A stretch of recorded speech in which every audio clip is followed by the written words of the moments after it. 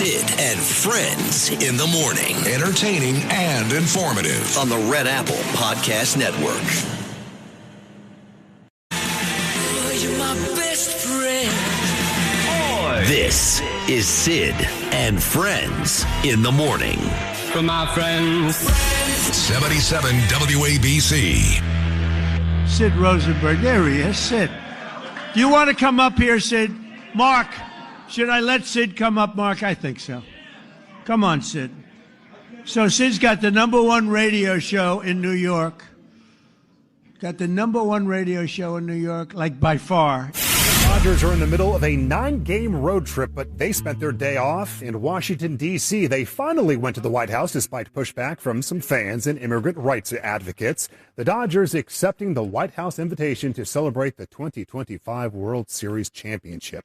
President Trump, he had a pretty good time talking about the Dodgers. The team even gave him a championship ring and Dodgers jersey with his name on it. I hope when you watch our guys play, you can be proud and say these guys do things the right way. Their names are everywhere on social media, in the news, but when it comes to winning 11 games in October or 13 last year, these guys all come together unselfishly. Well, Trump also got a couple of laughs with the team. He asked Clayton Kershaw right there if he could still pitch right now. Kershaw immediately said no. It's a good-looking group. I see some people oftentimes, like politicians behind me, it's not so pretty. That is a very good-looking group of people. And I'm thrilled to welcome to the White House and very special people, actually, very talented people, the 2024 World Series champion, the Los Angeles Dodgers.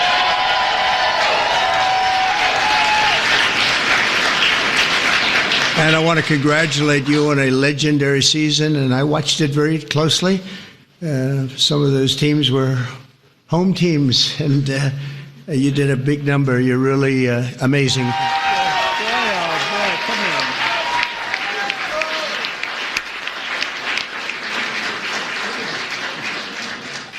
Looks like a movie star. He's got a good future, I'm telling you. All year, the Dodgers faced down adversity. You entered the playoffs battered and bruised, but not broken. When you ran out the healthy arms, you ran out of really healthy. They had great arms, but they ran out. It's called sports. It's called baseball in particular, and pitchers, I guess you could say, in really particular. But the starting rotation during the National League Division Series, this scrappy Dodgers bullpen shut out the Padres, saved the season, and forced Game 5. Then key players battled back from midseason injuries to help deliver the National League pennant, including superstars Mookie Betts. Oh, is he good?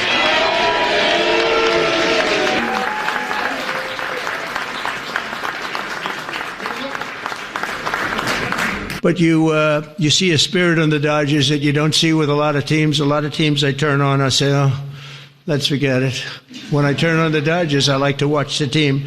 And now that I've gotten to meet these guys personally, I like it even more. Very concerning data being shared by the U.S. Secret Service, with the agency saying it has opened over 10,000 investigations this year alone dealing with threats against people and places the agency protects. The director of the agency calling those numbers off the charts. Director Sean Curran spoke to reporters recently where he described a volatile environment and adding that the agency has seen around 10 times the number of mental health related interventions with people making threats. This adds to the growing concerns over political violence. President Trump has seen multiple assassination attempts dating back to his campaign rally in Butler, Pennsylvania back in 2024. This summer, we also saw the Secret Service foil a plot to attack the UFC event held on the White House lawn. And as mentioned, tomorrow, the White House Correspondents' Dinner will be held once again after it got rescheduled due to an assassination attempt on the president the first go around. Despite these threats, though, the Secret Service says it remains ready to respond to anything. We will always evaluate every site, and right now we have an advance team there, and they will take back and they will set up a plan to set that site up for success, just like we did at the White House Correspondents' Dinner at the Hilton. Curran added that the Secret Service has been using, quote, cutting-edge technology to investigate and respond to these threats. A quiet afternoon on the Upper West Side turned violent Thursday when police say a man yelling Allahu Akbar stabbed two people in separate attacks. One of those violent incidents happening right here at West 84th Street in Central Park West around 1:30 in the afternoon. Detectives say a 51-year-old Raul Morales stabbed a 57-year-old Asian man in the back with a knife. It's quiet. I'm surprised that this happened. I'm sad that it happened. I'm glad that the person is in custody. Investigators found a second victim, a 50-year-old Jewish man near West 86th Street in Central Park West. According to police, Morales allegedly stabbed him in the torso with a screwdriver. Citizen App video shows an ambulance on the scene responding to the stabbing. Both victims are taken to a local hospital and are expected to be okay. I've lived here for 40 years. I've never experienced. Muggings, yes. Stabbings, no. It doesn't bother me, but I am concerned. We need more police presence. Police say Morales then fled and barricaded himself inside an apartment on Amsterdam Avenue before officers took him into custody. Authorities say there is no evidence at this time linking Morales to either victim. Investigators are now looking into whether the stabbings could be hate crimes. Oh, stop it. I'm going to keep my eyes behind my shoulder, I guess, a little more now, but because this isn't something that happens in this neighborhood every day. And the weapons were recovered at the scene, according to detectives. At this hour, charges are still pending. New Jersey Governor Mikey Sherrill is blaming a software company and former Governor Phil Murphy over a glitch that allowed hundreds of non-citizens to vote in New Jersey. Now, the software company has a response, and Christine Sloan reports the Justice Department also wants to see records. Governor Mikey Sherrill responding to a Department of Justice letter asking for the names and addresses of 400 non-citizens who cast ballots in New Jersey elections and the 6,600 who registered to vote. The Democrat says she's not going to turn over that data to the DOJ. It's not a surprise to me that the federal government, that the Trump administration wants to immediately weaponize this against people. Sherrill says she's launched an investigation. The DOJ has said, quote, it is illegal for any non-citizen to vote in a federal election. White House Press Secretary Carolyn Leavitt not revealing if New Jersey election officials could be prosecuted, but saying this. The president is hell-bent on getting to the bottom of this, and it's also why we need to pass the Save America Act to ensure that only U.S. citizens are voting in U.S. elections. Sherrill says the mistake happened before she took office between June 2023 and June 2024, adding IDEMIA, the Motor Vehicle Commission software vendor she's replaced, is responsible. IDEMIA, though, pushing back. That software company says ultimately it is the responsibility of the State Division of Elections to verify voter eligibility. Your response to that, Governor? So I think it's well known that the Motor Vehicle Commission has been a mess, and IDEMIA is at the heart of that. Political analyst Peter Woolley says he believes the feds are going too far. States have pushed back to say that constitutionally states are responsible for their voters and their voting rules and clean elections. Meantime, Republicans in New Jersey are demanding an independent investigation of the Motor Vehicle Commission as well as the State Division of Elections. Governor Sherrill says that her new pick to lead the MVC was in the process of getting rid of that software company before the error was unveiled.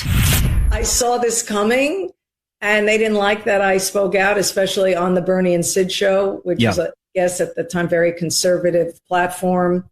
And I've known Sid Rosenberg for a million years. I always liked him. He was always in sports. So I just went on the show. And again, that's me just saying what was on my mind. And I thought that was the fact. I thought I sensed the shift of some sort. And I didn't understand why, type of thing. And yes, so John Skipper, he was the one, which as we look back, I'm not surprised he was the one, but he was the one that was very angry. He got on the phone with me. His tone was awful. It was very disrespectful. I lost all respect for him on that day. Not because I was not because I didn't see eye to eye with him. The way he handled his employee, and especially someone that was been there a hell of a lot longer than he was. And his tone on the phone, it was disrespectful and bullying. So it's funny you brought that up because now that's the first time I'm recalling that, how he was to me. It really upset me. I didn't think I did anything wrong.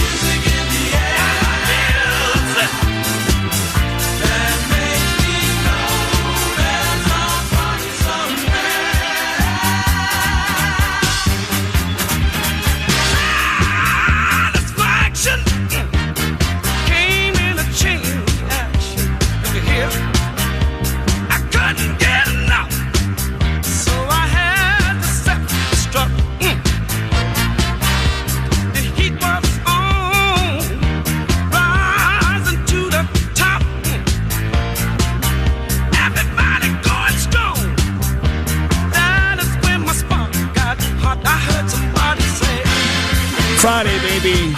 Friday Disco Inferno. We do this pretty often on this show. Lou Rufino and me, we do our old little Disco Friday because if you were born in the late 1960s or early 1960s or even 50s and you idolized John Travolta, like I did my whole life until October 7th, when he played the great Tony Manero in Saturday Night Fever, you know that Friday night, Tony and his boys, I guess they were in Bensonhurst. It may have been Bay Ridge. He was walking down eating at Lenny's Pizza, so it could have been Bay Ridge. Made their way to a Bay Ridge nightclub. 2001 Odyssey, maybe Space Odyssey, I don't remember. I know that years later, I used to go to a place in Bay Ridge with my buddies. It's called the Crazy Country Club. I've told you this story many times. And there was a bald guy at the door. We all called him Uncle Fester. And that place was a riot. That place, the bathroom door, like a hot girl would go to the bathroom. And as she's sitting in there, the bathroom door would literally collapse. They made it that way. Or they'd put a tape recorder inside the bathroom. So if the girl is urinating, you would hear that. What? Oh, yeah. There was a place. It still exists. And it's called Dick's. And they're in San Diego and Texas. And I'm not sure if they're here. But their whole shtick is when you go eat there, they treat you terribly. Terribly. Okay. Yeah, so they'll be like, hey, what do you want to eat? You know what? F you. You know, they they go out of their way to treat you badly. And it's funny. Every now and then you kind of go back at them. This place, the Crazy Country Club in Brooklyn, they did some really wacky stuff. Really, it was fun. So that was in the same neighborhood as this club they used in the movie. But Friday night was the night. And it is Friday. There's no real discos anymore. Are there discos? I guess there are clubs. Well, what's left these days? Clubs, Manhattan right? Still has stuff going on. Yes. But they play disco and stuff like that? Or all that, like that head music? It's like trance more. Yeah, that's terrible. It's trance and house. Trance and house, which is awful. It's awful. Yeah. Well, a big thing now is, aside from live shows, is going to see DJs. I know. I don't get that. I don't get it. And some of these DJs are famous and make a lot of money. Actually, at arenas. It's I know. Crazy. It's not. The show down in Miami every year, it's like a 3-day thing. And they draw like millions of people. It's only DJs. Yeah. The hell's the name of that thing? They got people doing Molly in the street and drugs and, this house music, this basically white noise. If you're high on ecstasy and Molly and all that stuff, it's great. You stand there, you're staring into the lights. They got the white light blinking on and off about 1 million times. But it's awful music. I like the discos.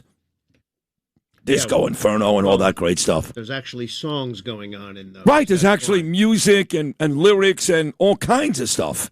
Now it's just one continuous bass. I mean, look, I don't want to go up on a tangent, but it is clear that this generation, and your kids, not mine, are morons. What else can I say, Gabe? Gabe, I was about to look at that. I called you Gabe. Gabe. What else can I say, Noam? Noam. You Gabe? Yeah. Hello. I'm so proud of my son, Gabriel, and Ava, too, obviously. But so Gabe, now that I mentioned him, and Noam has a beautiful son, Gabe, too, also a beautiful, bright boy. So Gabriel will go back to work again today for Bruce Blakeman. I told you this, I think, last week. They have these guest speakers come to Long Island every Tuesday and Thursday, and they speak to the kids. I think Pat Ryder spoke this week, the great Nassau County police chief. So I spoke to my friend Chris Boyle yesterday, and with Gabriel in attendance, guess who's going to speak on Tuesday at Bruce Blakeman's office on Long Island? Lou. Lou is correct, yes. No, Gabe's dad is coming. Oh. You know why Gabe's dad is coming? Because, believe it or not, Gabe has become friends with all the interns, all of them. They're all good kids. And all of their parents, all of them listen to us. And the intern said, hey, Gabe, can you have your dad come and speak? So Gabriel asked me, he said, Daddy, could you come do this? So I reached out to Bruce and Chris. And Tuesday, I will speak. And what do you think the first thing Danielle said to me last night at dinner about this upcoming speech? Please don't what? Want to take a guess? Curse, yeah. Please, young kids, it's the interns. Can you get through one speech without saying the F word or the... And usually I don't. Usually I do curse. Sometimes I curse a lot, like Madison Square Garden, President Trump. When people said that was going to get me fired and Trump would never talk to me again. Good call, guys. Heck of a call right there. The other speeches I only curse once or twice, but I did make the promise to Danielle and Gabe I'm not going to curse on Tuesday. That doesn't mean I won't, mind you, but my intention is not to. Well, maybe she's right in that respect. What do you mean? Maybe you try not to curse. I'm going to try not to, yes. But yeah. Well, what does try mean? Like you're going to...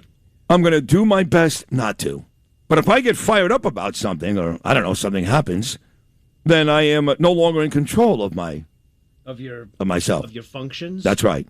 Okay. And at that point, you cannot hold me responsible for anything I do and or say. Wow, you should hold up a sign like that and walk through life like that.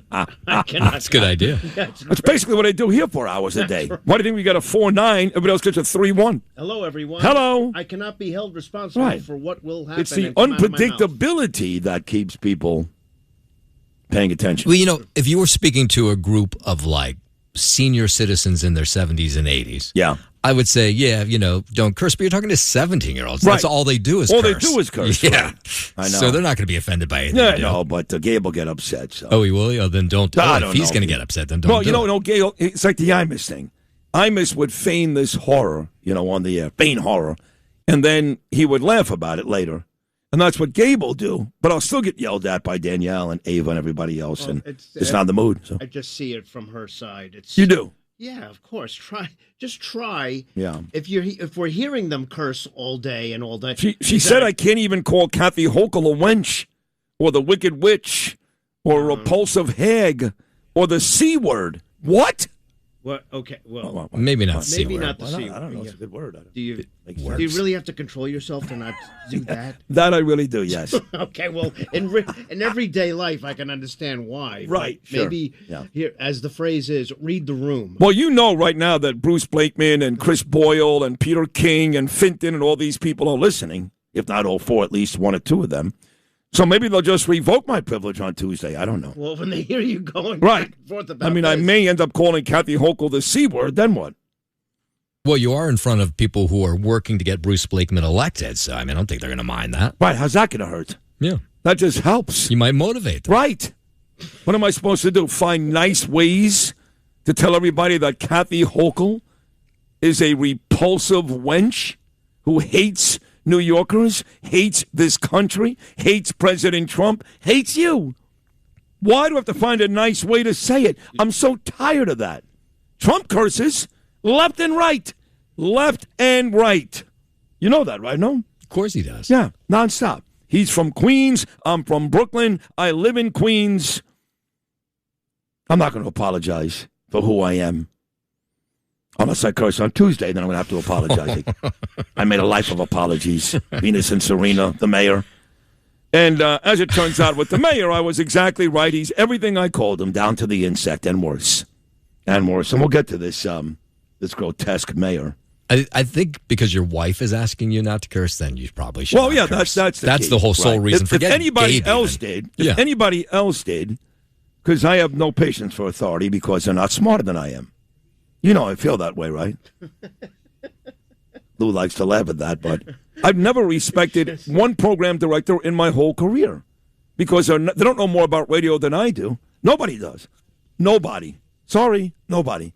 And if they knew everything, they'd be doing this show and getting the ratings that I get, which no one else does. But they can't because they don't know as much and they're not as talented. So why should I listen to somebody who's telling me what to do who can't do it better than I can?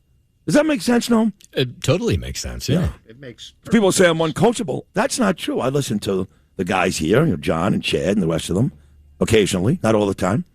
But I do. I'm coachable. But at the end of the day, I trust myself more than anybody else in this business because I'm better. What's so crazy about that? There's nothing crazy about it. All You right, do. No one's arguing with you either. Yeah. Well, I am with myself. Yeah, right. I got to stop doing that, too. Because That may be the first issue. Right. Is there medication for that, Noam? There probably is. Yeah. Yeah. But it probably has all these side effects that, Well, every medication has that. Yeah. I love the commercial. You take like a pill so you don't have a heart attack, and then you die of a heart attack the next day. That's right. Then you get diarrhea, and you get rashes, explosive diarrhea, and your dick falls off, and it's all good. You're not going to die of a heart attack, but everything else is going to happen to you. I mean, literally, it's like 3 minutes of all these horrible things you're about to experience from taking one pill. And it's always, they're like playing basketball. You're watching them do these things while they read off all the disclaimers. Yeah, they're rowing. They're doing something physical, right? Right, they're having to a make glass you of believe wine. you can do it, right? Yeah. Right. Smiling and laughing. Smiling. And looking at each other. And the next day you're wearing diapers. You're all healthy. You're good to go. You're wearing diapers. And What the hell's going on? Hey, did you take that drug last night, too? Yeah. Good. Yeah. What do we got, 3 days left on the planet? Good. What they should be doing is showing a bunch of guys go to Marshall's to buy new underwear. How about that? holding up some and say, hey, do you like this brand? Right. I've done that a couple of times in my career. I've had to leave my boxers inside the bathroom at many radio stations. Many. Well, that's pleasant. Well, this morning is free education. Well, it's only if I had Mexican food the night before. When I was drinking and like eating Mexican food and drinking tequila, I very rarely went home with the boxer shorts I went to work with. Very rarely. So they ended up in trash cans and bathrooms at various radio stations or Pakistani bathrooms at a gas station anywhere from Miami to New Jersey. Why I felt the need to say Pakistani, I don't know. But I felt like they're all owned by Pakistanis. Can I say that, Noam? I don't know if it's true, but you can say it. Yeah. Maybe cursing will be fine. Just don't tell this story at the Blake. Actually, you should tell this story. Yeah, right. Well, that's what Gabe said. They're very excited because everybody's so boring. And he goes, Daddy, what are you going to talk about? And I said, Gabriel, and this is the truth. When I arrive there on Tuesday morning, and I am being called up to the podium by Blakeman or Boyle, who knows, I will still have no idea what I'm going to talk about. When I get into this studio at approximately, 6:03 in the morning after the worldwide news is done, and I'm sitting here in this seat, I swear to God on my dead father, my children, everybody I love, I have no idea once that music stops what the hell I'm going to talk about. And yet, you've got the best 40 minutes of radio in the world. I have no idea. No clue. Maybe the song sets me off. Now, look, if there's a major story, God forbid, somebody tries to kill Trump or Iran bombs us, it's kind of easy, right? But even then, sometimes it takes me a while to get to the major news story. You believe me, Noam, when I tell you, look in front of me, I've got nothing. I know 100% that's accurate. Yeah. Not only that, but I was talking to Justice about this yesterday, is your recall is incredible because you have a computer in front of you, but you don't use it. I don't know, it's not in front of me. I turn it sideways because it blocks Lou's face. Yeah, well, you don't have a keyboard or mouse anyway, so even if you wanted to use it. The keyboard I throw on the floor. Yeah. And the mouse is right now tied around the camera sitting in front of me. Yeah, so your recall with names and events is incredible. But I know for a fact you don't go in there with anything. No idea. Because I see you. I no walk idea. right past you when I'm walking out of the studio. You're walking in just with your cup of coffee or whatever That's you it. have. 2 pieces of paper in front of me. One is the guest today. Right. And the other one is the cuts we have. 14 cuts. 37 less than when Bernie was here. Is it that little? Oh, yeah. Well, Bernie, sometimes you had 80, you're right. Matt Meany, 1 o'clock in the morning, I need these cuts. And 60, 70, 80. Remember Bernie a couple of times would say to me, I got to get through these cuts. I go, why? Bernie, this is a talk show. The idea is you and I talk. I don't need to hear punk in the pantsuit Nancy Pelosi speak for the 100th time. But he loved that. He loved that. So God rest his soul, and I miss him. But that's not me. I play a couple of cuts a day, and that's it. I'd rather play music. If I'm going to play something else rather than my voice, I'd rather play music and have Lou talk about it. He was pretty possessive about the cuts. He was nuts. He was like, it was nuts. Is Frank seeing my list in there because I don't want him stealing? And my then cuts. he would ask for the wrong cut. He'd be like, play number 14, and you'd play number 14. In the meantime, we're supposed to be cut number 18, and you get blamed. And there wasn't a lot of context. It's just there was the one part of the show I did not like, and I complained about that to Bernard and the management that there's too many cuts and not enough fun stuff and conversation. But nobody cared what I said. And I'm not sure they do now. They don't. But we do the show the way we want to do the show, and we're getting great results. And we discuss a whole bunch of stuff, including, in the first 20 minutes, dirty underwear, speeches somewhere on Long Island, and cuts. And Dick's. And Dick's, which is the restaurant, just so you know, not the synonym for penis. Although we've done that, too, on this show. Yeah, we have. Right. I know. What's the biggest story in New York City, not the world? Yeah. What's the biggest story in New York City today? My feeling is it involves 2 words. It does. And this is where the media, even Tish and the mayor, embarrass themselves. When somebody stabs somebody, that's a crime. But when somebody screams, Allahu Akbar, why? Why are all these television networks, all of them, every single one, saying this is potentially a hate crime? When people yell that, Allahu Akbar, they shoot people, they stab people, they fly airplanes into buildings.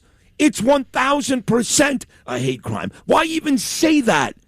Well, they're looking into it. It could be a hate crime. Really? Somebody yells Akbar and stabs a Jew? That is some incredible investigative work. I want somebody to tell me, too, hey, Mamdani, you punk-ass bitch. Mamdani, tell me the next time you see a Jewish person walking down the street yelling, Baruch Hashem, and then watch that person stab or shoot somebody. I don't think it ever happened, has it?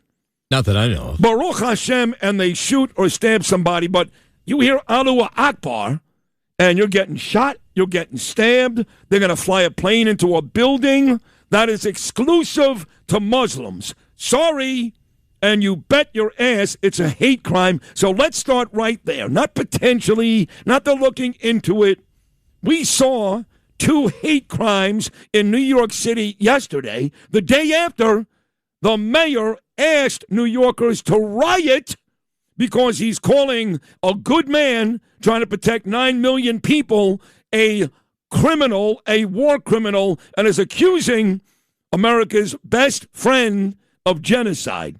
So like I said on Twitter yesterday, and I saw Verna put it on her Instagram account about an hour later. I started it. That blood from those 2 people stabbed on the Upper West Side in our city yesterday, that blood, Mayor Mamdani, is on your hands. Every day you go out there and talk about the Jews. I don't care that you sent out a tweet wishing us all a solemn and happy Tisha B'Av. That rings hollow. We don't care. We know you hate us. Yeah, I know the percentage of Jews that voted for you, which is always inflated because of the anti-Semites. Oh, all you Jews voted for him. No, we didn't. It wasn't 40%. It was much lower than that. Now, look, one Jew shouldn't vote for this guy. But when I hear somebody go, well, all you Jews, that's anti-Semitic. Because the truth is, most Jews overwhelmingly did not vote for this guy and don't like this guy. The small percentage, they're the morons, they're loud, and they're killing us. But they're small in numbers. But to say that this is potentially a hate crime, and this all goes back to the mayor, it all goes back to the mayor. So Bill Ackman, who I just saw on Fox News, who I want to remind everybody, Bill Ackman's like a hero. I don't know why. I don't know why. I've called him out time and time again. He's worth billions and billions of dollars. He's worth more than John. He's in that Ken Griffin, I guess, category. And now he's being tough on Mamdani. But if I remember correctly, and if I'm wrong, Bill Ackman, feel free to reach out to me. I've tried to reach out to him. He won't reach out to me. But when I remember, right after the mayor won, Bill Ackman actually tried to reach out to the mayor, like Jamie Dimon did, and extend an olive branch. You remember that, Noam?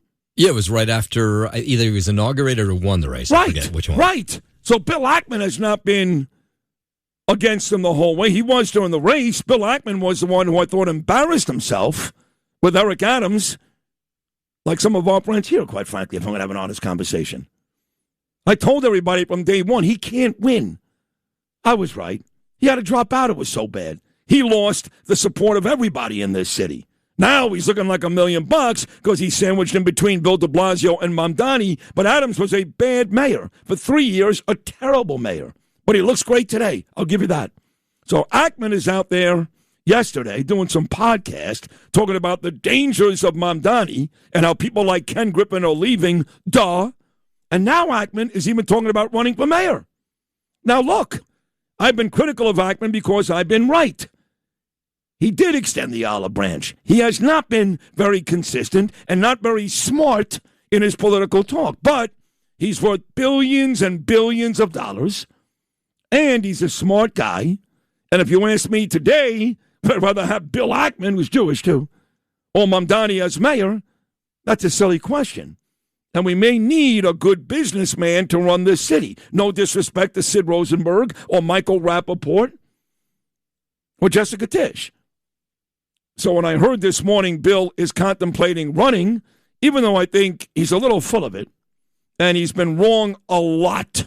And I know he sits with the president and John at dinners at the White House, okay. When you have $10 billion, so what? The impressive part is a guy like me who's worth basically nothing that the president calls out every time. That's impressive. When you got a lot of money and the president likes you, all right. So I know Ackman's got that going for him. But I would actually compel Bill Ackman to run because he's had success. The city is going to be in dire shape business-wise in a couple of years, if it's still even alive. So if you're listening, Billy, I know you don't talk to me. That's fine. Do what you say you're going to do and run. Unless you move to Miami with Ken Griffin, I don't know. All right, so that is the big story, the stabbings, Upper West Side, Allahu Akbar. Noam, give me the latest. Yes, so what you said about Jessica Tisch, the police commissioner, she did send out a tweet yesterday, or an X, whatever the hell you call it these days, saying that they weren't ready to call it a hate crime and that their initial investigation said this guy was unstable. What does that mean? Yeah. Even if he's crazy, it's still a hate crime. Well, of course. I don't get that. Unstable people commit crimes. Hate crimes, too. Yeah. It's both. Yeah. So, I don't understand that. And these attacks were really vicious. I mean, he used a knife and a screwdriver. We know who he is. It's a 51-year-old Raul Morales. He was found a short time after these attacks hiding out in a NYCHA building right near where these attacks took place. As you said, one of the victims is an Asian man. The other one had a yarmulke on, had just left a nearby synagogue. Thankfully, they're going to be okay. But, yeah, we're waiting for them to decide whether they're going to call this a hate crime or not. And as of last night, police commissioner indicating she wasn't ready to do that. Why not? Well, I mean, they're doing their own investigation. Yeah. You have to ask her. Yeah, well, because the mayor sympathizes with the man who screams Allah Akbar. Maybe that's it. I don't know. Is that a stretch? I think that's a stretch. You think so? Yeah. Okay. She's their own person. She's going to do an investigation. I'm not talking about Jessica. I'm talking about the mayor. Right. I'm not worried about Jessica. I love Jessica. She's in an impossible situation. Impossible. She's done a terrific job with both of her hands, not one, both of her hands tied behind her back. You know, I had one of the first conversations with Tish. At that point, when she met me here at the diner, she had only discussed whether she was going to stay with the police, with her children and her mother. That was it. All you folks that claim you're best friends with Tish, she hadn't talked to any of you yet. And she reached out to me, and I met her. And we walked the streets of 3rd Avenue. You remember this, Noam? And I told her to quit. And for 40 minutes, she explained to me why she wasn't. And when she was done, I said, you know what? You sold me. I'm glad you're staying. Now I want her to quit again. I really do.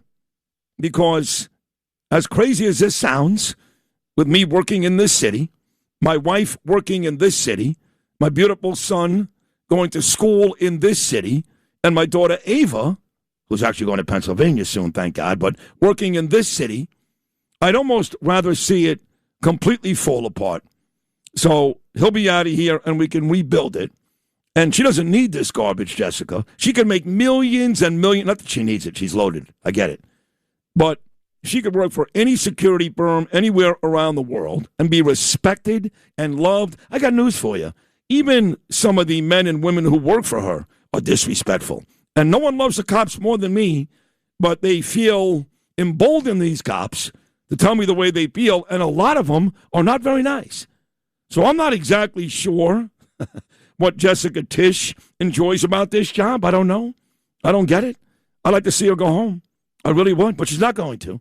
But stop the nonsense. That was 1,000%, whether this person is sane or insane, a hate crime. What else you got?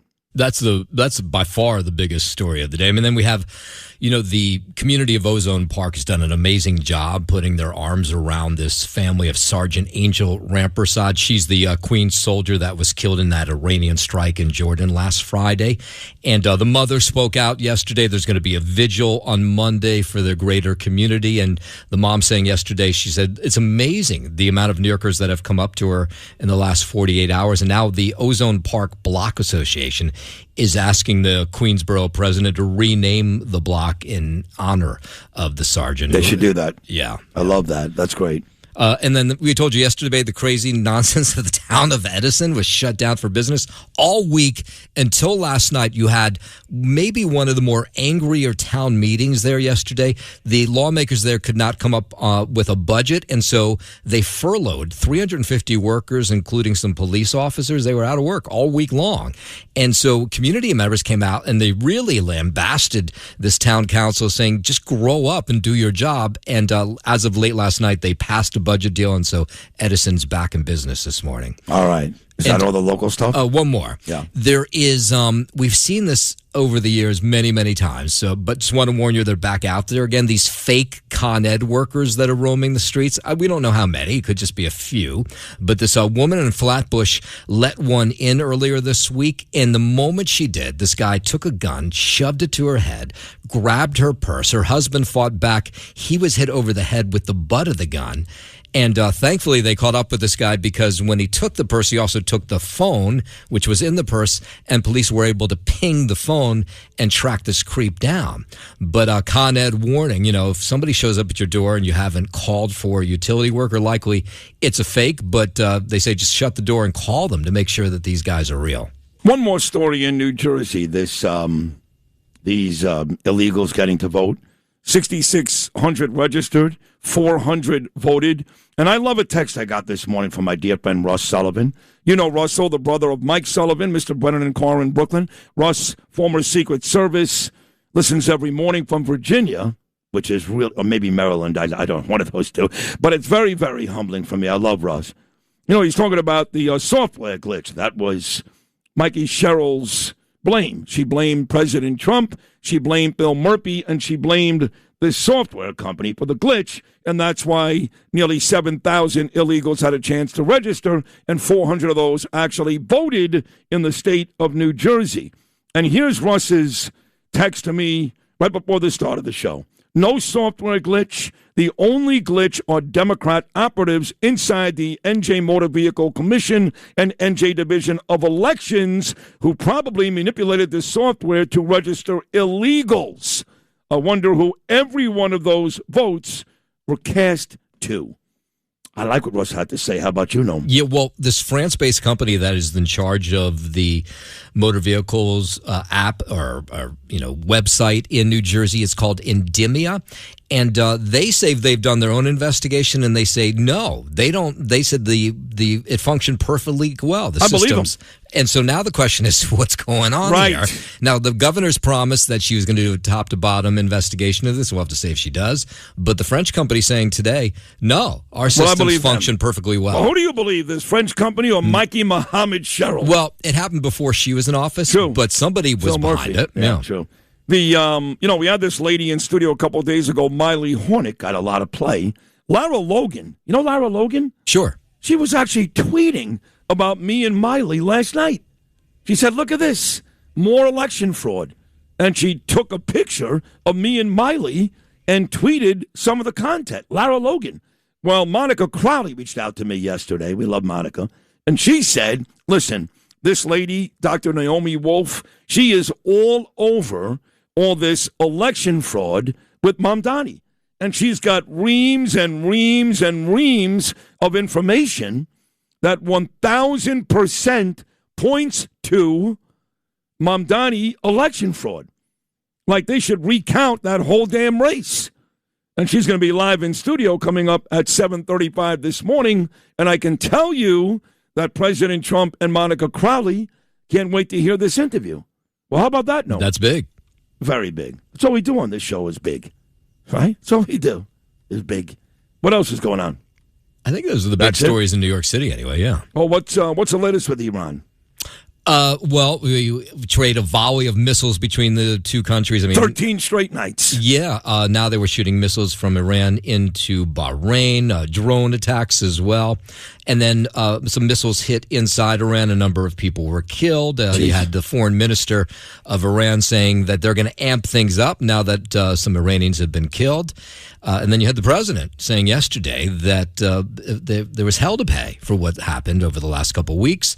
So we're waiting for that. Marco Rubio, again, also doubling down as well, saying that they're going to hit Iran incredibly hard. Good. So we'll see if that happens. Hammer those bastards. Hammer them. And no peace talks, though.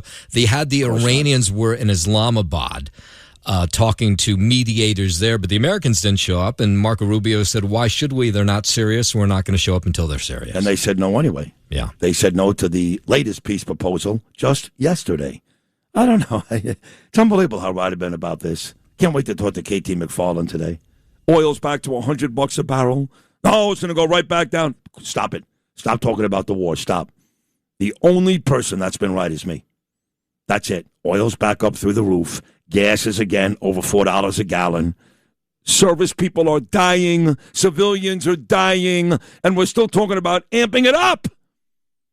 And a lot of you said the war was over. We won a month ago. And I yelled and screamed. I've been yelling and screaming for months. And I love Trump. Every bit as much as all of you. I just saw Trump Saturday. I don't blame President Trump for going in and doing all this. But somebody's given the president some really bad advice. And they never ended this war. And there's only one way to do it. And I've been saying it from day one. I think you agree, Noam, right? You've been saying this for months on end. And you agree, don't you? Yeah. All right. We got a great guest that's coming up today. We'll start with our dear friend and colleague here at WABC and Fox News, Brian Kilmeade. He's always great on a Friday. I mentioned Dr. Naomi Wolf. She'll be here in the 7 o'clock hour. KT McFarland in the 7 o'clock hour. Joe Tacopina in the 8 o'clock hour. Got a surprise guest coming up in the 9 o'clock hour. In fact, I'll be surprised. It is a Disco Friday. Sweet Lou. He ready to dance. He got the bell bottoms on. Let's go.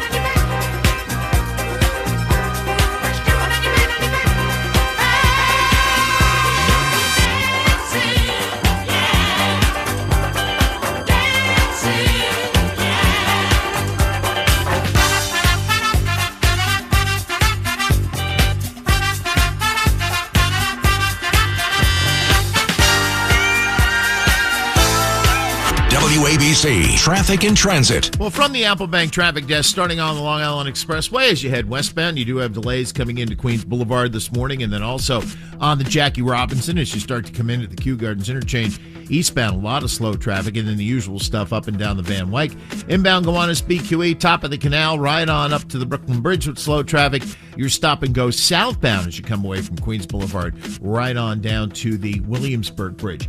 Inbound now as you travel at the Holland Tunnel. If you're coming inbound on the Turnpike extension, a minor delay really. And inbound as you come off of 1 and 9, there's about a 20-minute wait. If you're heading inbound at the Lincoln Tunnel, still in good shape. Let's call it 20-25 inbound at the George Washington Bridge. And then you're slow across the span over to the Deegan. And then on the westbound crosswalks, a lot of heavy traffic this morning, pretty much the whole way.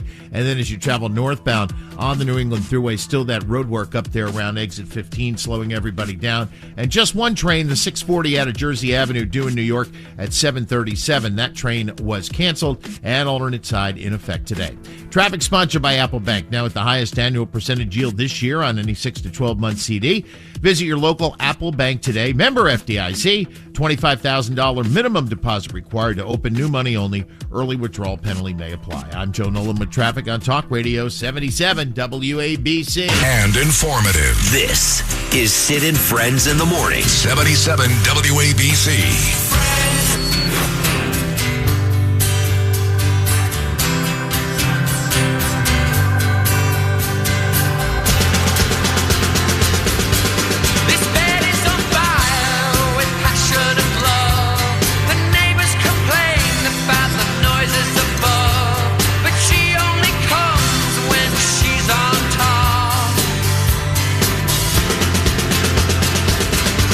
My therapist said not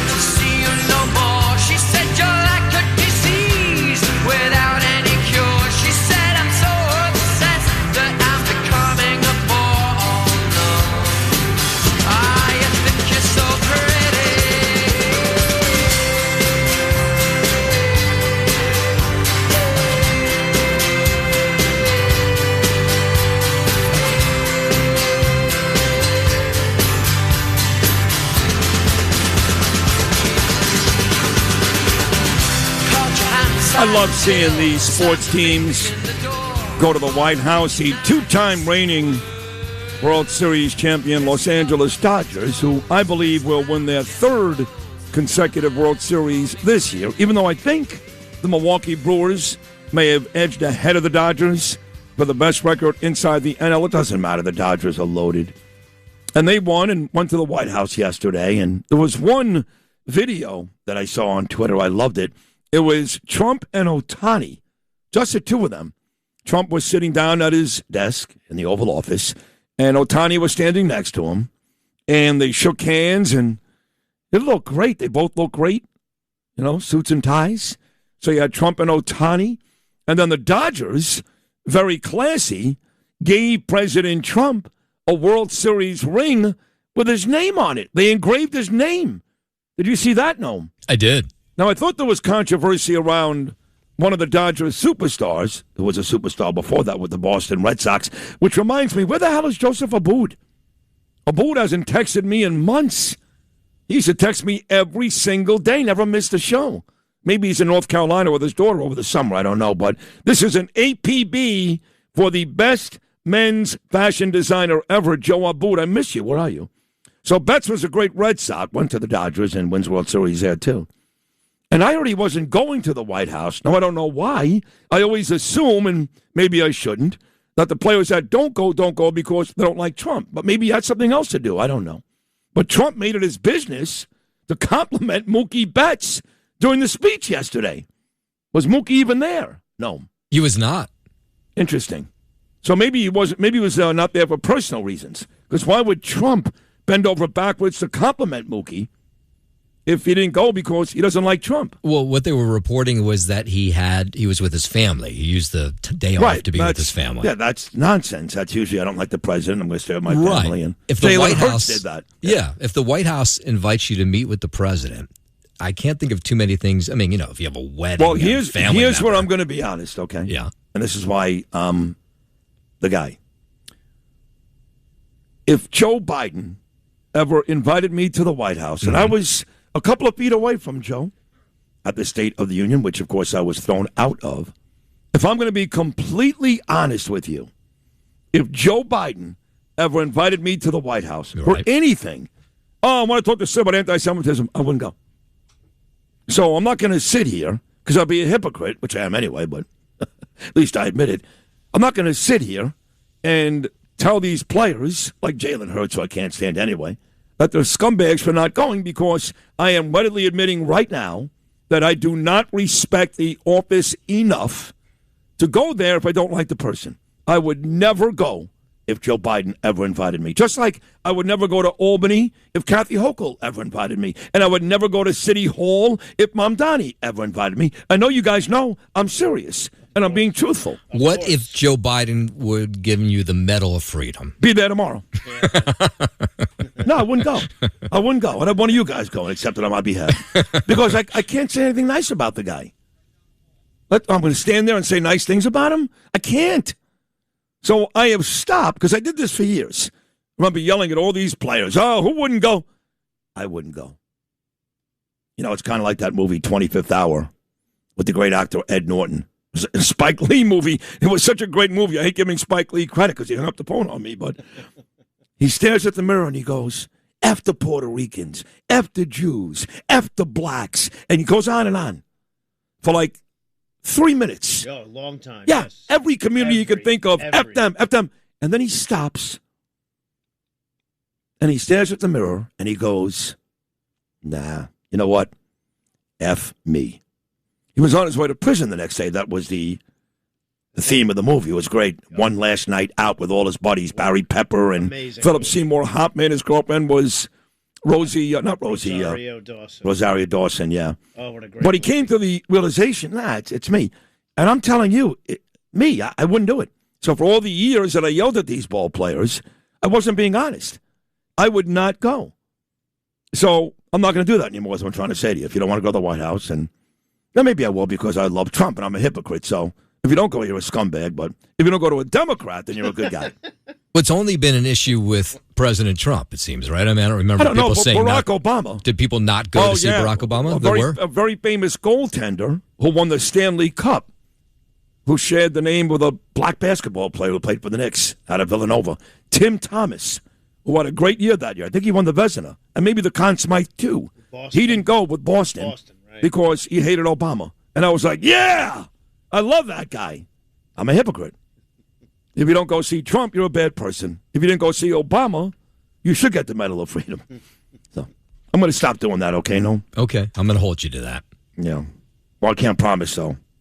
It's like I can't promise I'm not going to curse on Tuesday. I just really can't promise anything, though. No, they're not worth too much, actually. Pete Morgan says, you're not a hypocrite. You are running the #1 morning radio show in the world. Talking with and meeting with all types is part of the profession. So I'm not a hypocrite. But I am. Well, what is he saying? That you should go to the White House? You would. I'm not following, yeah. Yeah, I think he says that I meet with enough people as it is, so don't worry about it, okay? I meet and talk to so many people that if I want to not go to the White House because of Biden, it's okay. That's what he's saying. Oh, okay. That makes sense, no? I think it's hard to turn it down if you're summoned to the White House. That's a huge deal. Not if it's Biden. He's a traitor. Even if it's Biden. What do you mean? If he summoned you to the White House, I bet you would go. Biden. I want to talk to you about hated something. Israel, hated the Jews, hated America. He's a traitor. I don't buy this 1 second. If he summoned you to the White House, you would go. What do you mean summon me? Like he called you and said, I need to talk to you about something. Get on a plane and come to D.C.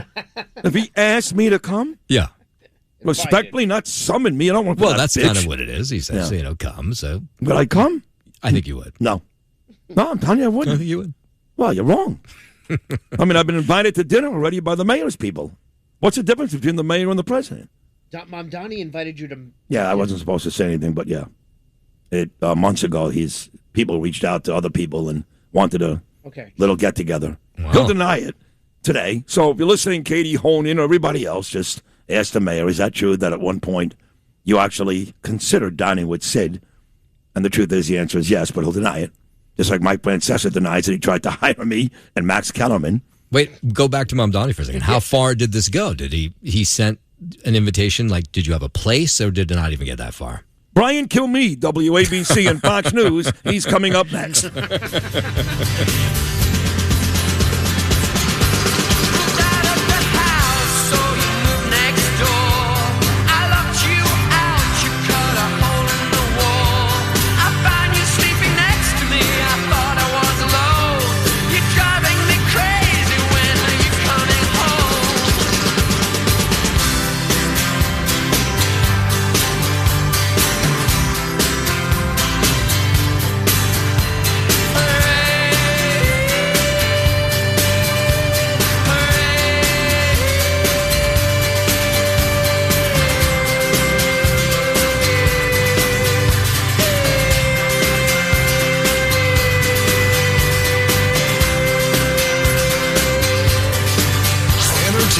Informative talk for New York. Streaming now on your smart speakers. Play 77 WABC. All right, folks, it is time for the 77 WABC minicast. Here you get the whole story in under 10 New York minutes. Download and subscribe wherever you get your podcasts and get the max out of Mini. Today's minicast, like every day's, is from Katz and Cosby. Here, John and Rita speak with our good buddy Greg Jarrett about the perjury committed by former special counsel, the rotten Jack Smith. Smith could be facing criminal charges for perjury and false statements.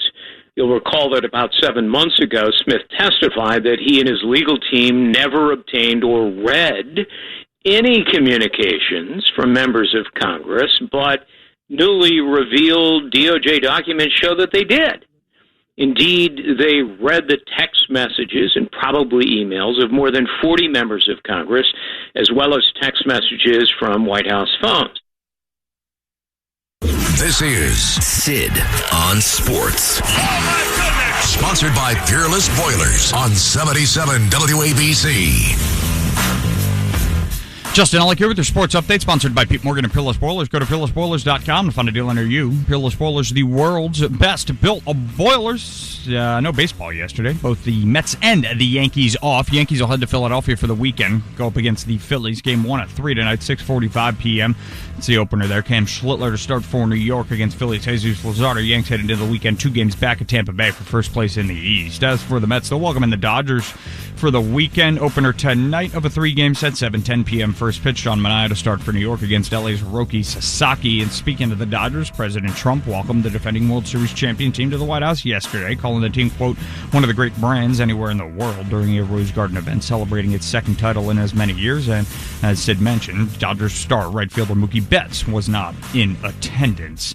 And training camp. The Giants officially opened training camp on Tuesday next week. Rookies reporting yesterday. As for the Jets, rookies will report tomorrow, followed by veterans reporting on Tuesday of next week as well.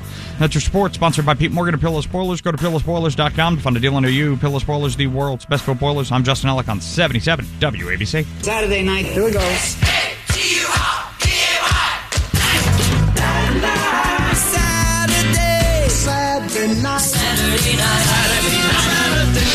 Saturday night's all right for Music Radio 77 WABC. Tomorrow starting at 5 with Vinny Medugno. Then it's Cousin Brucey from 6 to 10. Followed by Full of Us and Not For Showcase with Joe Piscopo. Music Radio 77 WABC. Every weekend, newsmakers are on 77 WABC.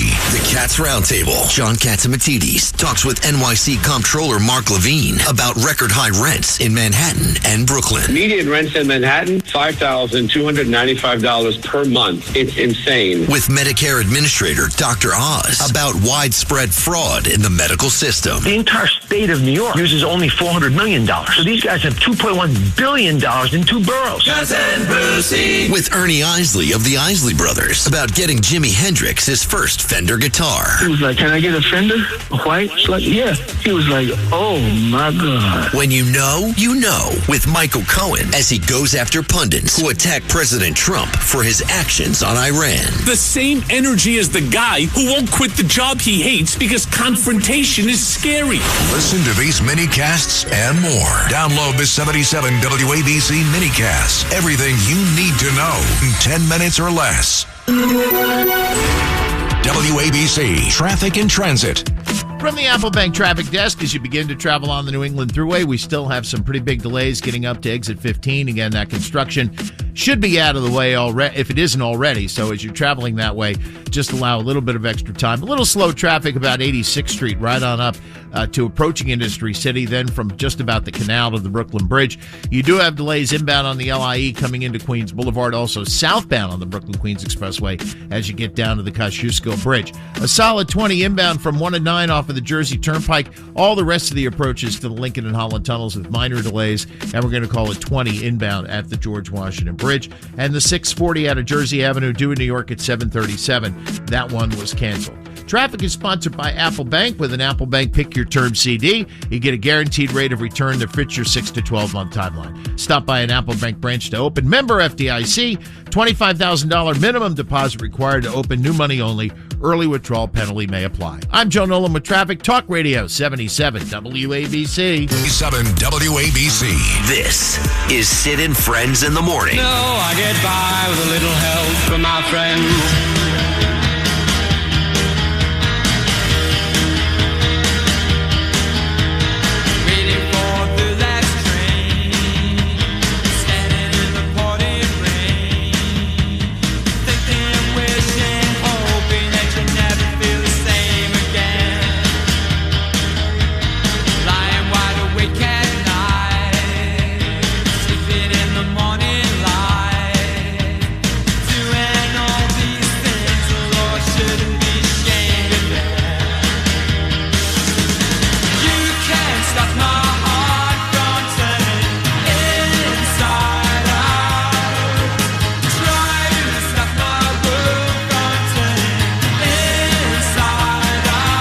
So I know where my next guest was on May the 7th. My next guest, who happens to do an unbelievable job after me each and every weekday morning here on 77 WABC at 10 a.m. Also part of the great trio, Fox and Friends every morning on Fox News, and his own show, which is the best show on Fox News. I mean that. One Nation, 10 p.m. on Sunday nights, Brian Kilmeade. I know that on May the 7th, Brian Kilmeade was at a hotel in Washington, D.C., and the president was there. And it was supposed to be a night of laughs, and the president, who never went to that dinner, the White House Correspondents' Dinner, having a good time. And it turned out to be an assassination attempt. You remember it well. What a crazy night that was. But the president, what does he do? He says, okay, we'll do it again. And believe it or not, tonight, I believe at the Waldorf Astoria in Washington, D.C., they're going to do it again. So the question, Brian, is, well, really two questions or two statements. This does go to show you the mettle of President Trump. And secondly, will you be there again tonight? No, absolutely not. I'm done. I mean, that place was packed. You couldn't move. It was great, though, to interact with the cabinet. It was just, you turn around and there's Jameson Greer. You turn around and there's Todd Blanche. And it was just so cool to listen to people, talk to them casually, get the inside story. And that lunatic ruined a fantastic night. But I'm done. You know, to go out to Washington, blow a weekend and go out there, I'm not doing it. I don't think many people are going. I don't think anyone from Fox is going. We went from having 4 tables. I don't even know if we have 1 table. So the president goes back to a dinner, and I'm sure you saw Jim Acosta is trying to rally other Washington reporters to get in the face of Donald Trump because he disrespects the press. And I'm thinking, you idiot. I mean, you talk about timing. This guy not only went back to the Washington Correspondents' Dinner, had a press conference after, saluted everyone that put it together, and said, let's go back. I will clear out my schedule to do it again. And then you have people grandstanding, saying that he doesn't treat the press with respect. Therefore, we should get in his face tonight. Do you believe this? Oh, I believe it, all right. And I tell you, it also, you can go into the Secret Service conversation because most people said, yeah, they did good. You know, the guy never really got close to getting inside and hurting anybody. Others say, well, he got too close for my comfort. And we're still looking for answers on what happened in Butler, Pennsylvania, and what's going on.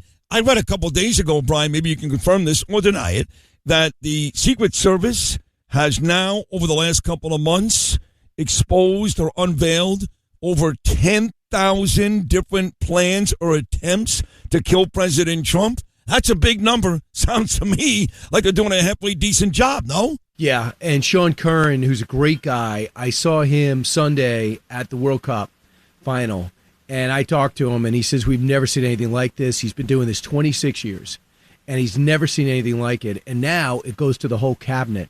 They're telling the cabinet, do not get into a car service. Only our cars can you get into, because there is such a level of threats. It's off the charts, you know, because of the Iran situation, because of the domestic situation. You know, we saw a stabbing in Central Park yesterday. I'm not saying they're going for the White House, but it just shows you yelling Allah Akbar. That's a little of the radicalism that we're up against when it talks to Iranians who are all over this country, many of which fled that horrendous regime. But I worry about others that pretended to hate that regime and are here looking to perpetrate some type of crime. But I do have faith in this Secret Service. If you get to the White House these days, I know you go all the time, but now they really have shut down that area. You have to go to the other side of the park, to walk through a park, to get to the fence, to get to the White House. When I first started, and I was lucky enough to go to the White House during the Bush years, you could drive around the White House. So they are really protecting the place. And, and I sense we even have this drone technology to bring things down. I heard a lot about that at the UFC event, but it's crazy.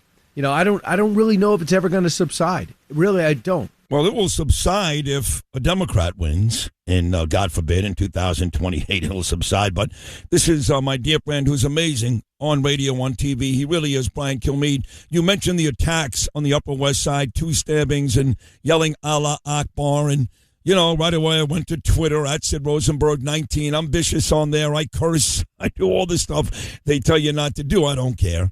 And I said, Mayor Mamdani, the blood is on your hands. He puts out a tweet that this type of stuff, this horrible type of stuff, is not welcome in our city. But who's he kidding? You know, when he spends day after day after day talking about arresting a prime minister of a country that's our number one ally, Bibi Netanyahu, who President Trump loves, who Sid Rosenberg loves, who Brian Kilmeade loves, who Monica Crowley loves. It's enough. All he does is Jew bash every day. You got people dying of Legionnaire's disease. You got homeless encampments all over the city. You got anti-Semitic attacks everywhere. You got rich millionaires and billionaires leaving the city like it's on fire. And all this lowlife, this anti-Semite lowlife wants to do is talk about Bibi and Israel. And when Jews get stabbed in the city, he's going to act surprised? Is he that stupid, Brian? He said it's possibly a hate crime. Oh, you think? You think it's a hate crime? No, I just think the guy had an extra knife and was just testing it for sharpness. Are you crazy? And then you talk about what he did yesterday. He's mocking the fact that he's going to be taxing people if they don't make this their first home to raise money. So he's saying, look, I'm going to raise $500 million for those people who have second homes here, the PDR tax or whatever it's called. So again, what do you think guys like Ken Ackman, what do you think guys like Ken Griffin decide to do? Okay, you don't want me to have that $20 million apartment here, $5 million apartment here? I won't. Good luck. Find somebody else that wants to live there full time. There's very few that can afford these apartments. And you want to punish people for deciding to live in New York City. So, and then you have a battle going on right now. And my hope is this guy thinks he's gaining political capital. I don't want the city to go down because we work here every day. You live here. But the people have to see what this socialism and what this ineptitude brings. He's living off what Eric Adams allowed Tisch to do here in New York City. And he's like, look at how low the numbers are. Yeah, they're low for murders and assaults. Everything else is up. So it bothers me that somehow people think he's doing a good job. When the Bibi thing, I'm going to arrest Bibi Netanyahu, was just the latest promise broken to all the people that put him in office. That's true. And then I wonder about some of the people that, you say there are people saying he's doing a good job. You got plenty of those. Meet the Press and George Stephanopoulos' show and Face the Nation. You'll see those people, and they mean it. They're morons like Brad Lander. But I'm starting to see, Brian, some other people like liberal Jewish organizations, they're going the other way. Now, look, there's even people at Fox News and here at my own station who are not Israel fans. They're not Bibi fans. It's everywhere. Sorry, I'm being honest. It's everywhere because they're stupid, bottom line, okay? But I think I'm starting to see a little bit of a shift from people that were willing to give this loser a chance that have seen enough. Are you seeing that? Yeah, I am. I really am. And just I ask people out there, because he smiles when he talks, just listen to the words, and it defies his body language. If someone looks up to you and says, I'm going to kick your ass, and he smiles, right? And he touches you on the shoulder and goes, wait a second. It's like you're being nice to me, but you're actually challenging me to a fight. That's what he does. He smiles at you and says, he really is saying, I despise you. He really is. And he's like laughing at us. Like, do you realize I pulled this off? Do you realize I became mayor by lying and, yes, sometimes telling the truth? But because my body language defies my actions, it throws people off. And, if you see a tough guy that looks like Charles Bronson and he talks and he says he wants to be a socialist and he doesn't like a certain race or religion, you go, okay, I know how to hate that person. But what if that person has a big smile on their face, look defensive, can't curl 30 pounds or bench his own weight? You look at him and go, well, how harmless? He's harmless. But they're realizing he's not. He's not harmless. But he's also inept. Did you hear the New York Times podcast? When he was asked, you want to be battling for working class people? I do. So what's the working class? How much do they make? What do they do? What are their occupations? What is the threshold? Because those rich people are making too much, so you want to help out who? So tell me what's too much. He goes, I don't go to bed thinking about what that is. No, yes, you should, because it's called math. You have a philosophy that you want to put together and decide what tax rate you have. That's fundamentally, if you have a belief, you got to work it out.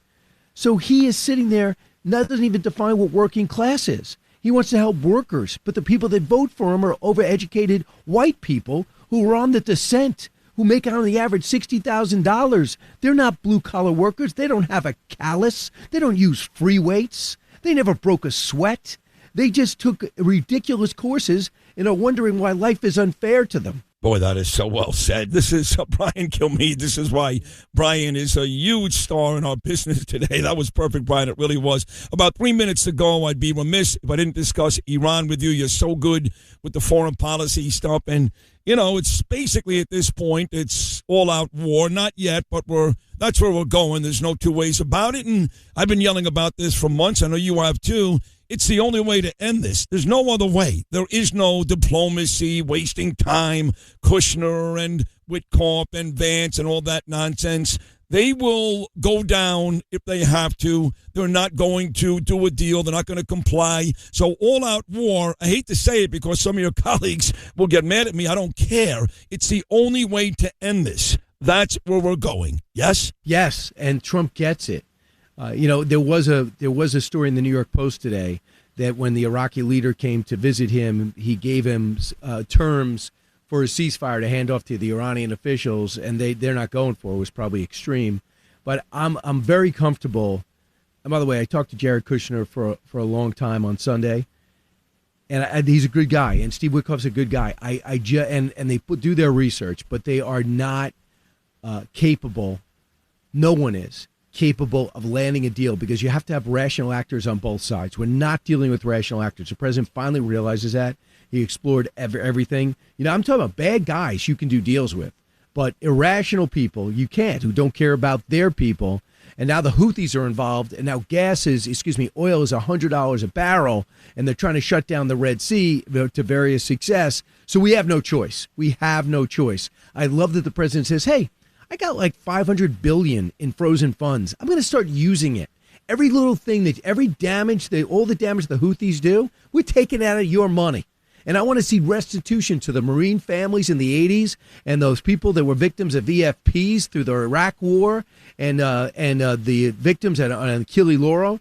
I want all those frozen funds going to restitution to Americans who have been killed in the past, including the families that lost their loved ones they came back in caskets on Dover earlier this week.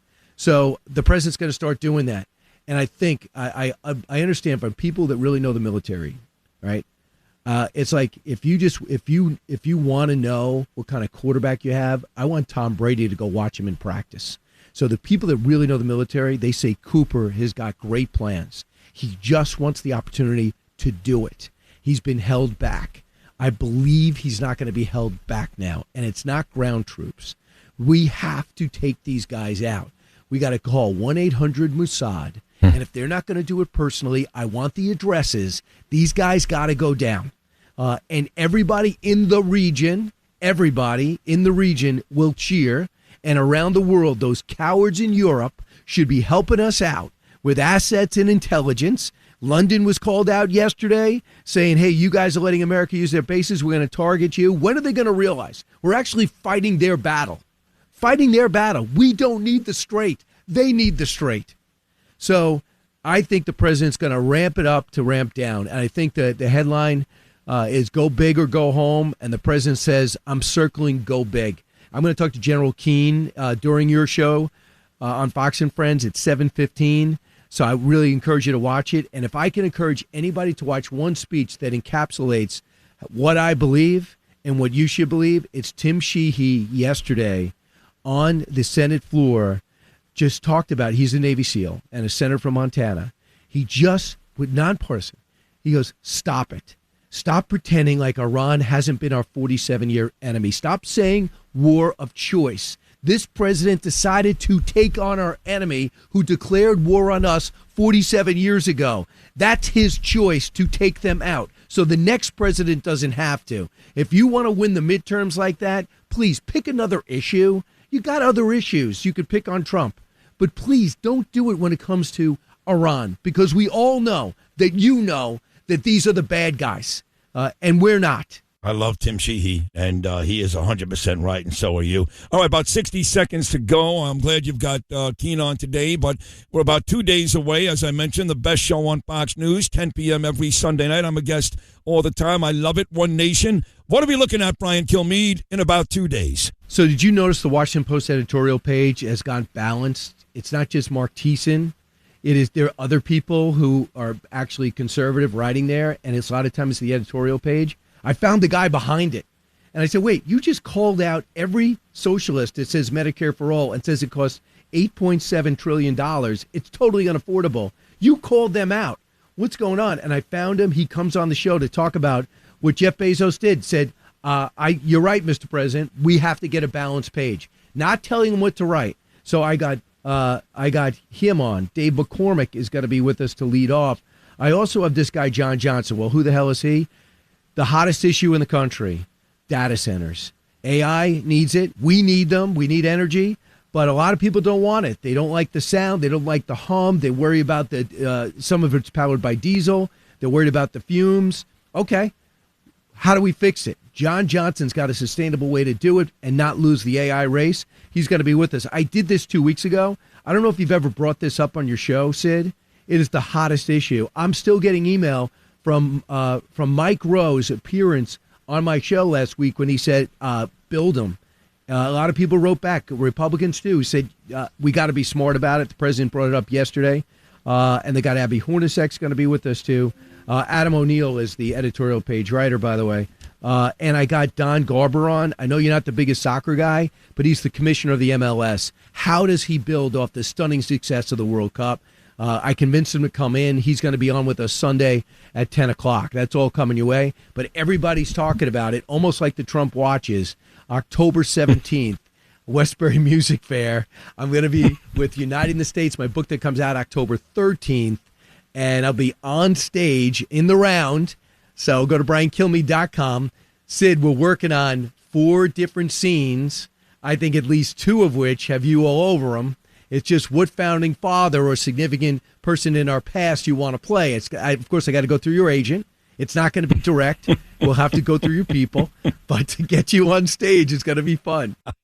I can't wait. And talking about John Johnson, I'm very familiar because, as it turns out, locally, that's a big issue because the governor, Kathy Hochul, she has now put a moratorium for 1 year on these AI data centers. And our guy, Bruce Blakeman, says, no.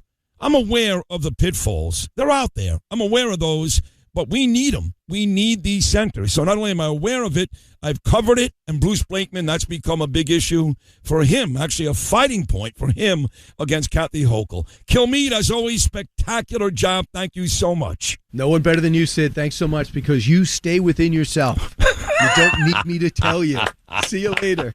I love you. I really do, Brian. He's amazing. Brian Kilmeade follows me each and every morning at 10 o'clock right here on 77 WABC. Fox and Friends, One Nation, 10 p.m. Sunday nights. We're just getting started. Big Friday morning show. Sid and Friends in the morning. Keep it right here.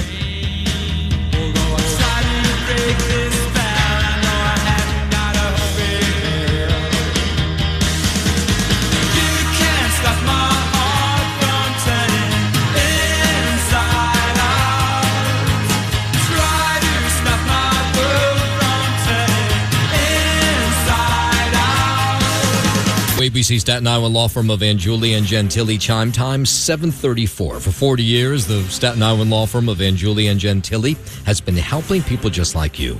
Call 718-816-0005 or visit aglawnyc.com. 66 sunny on this Friday, July 24th. Good morning, I'm Noam Layden.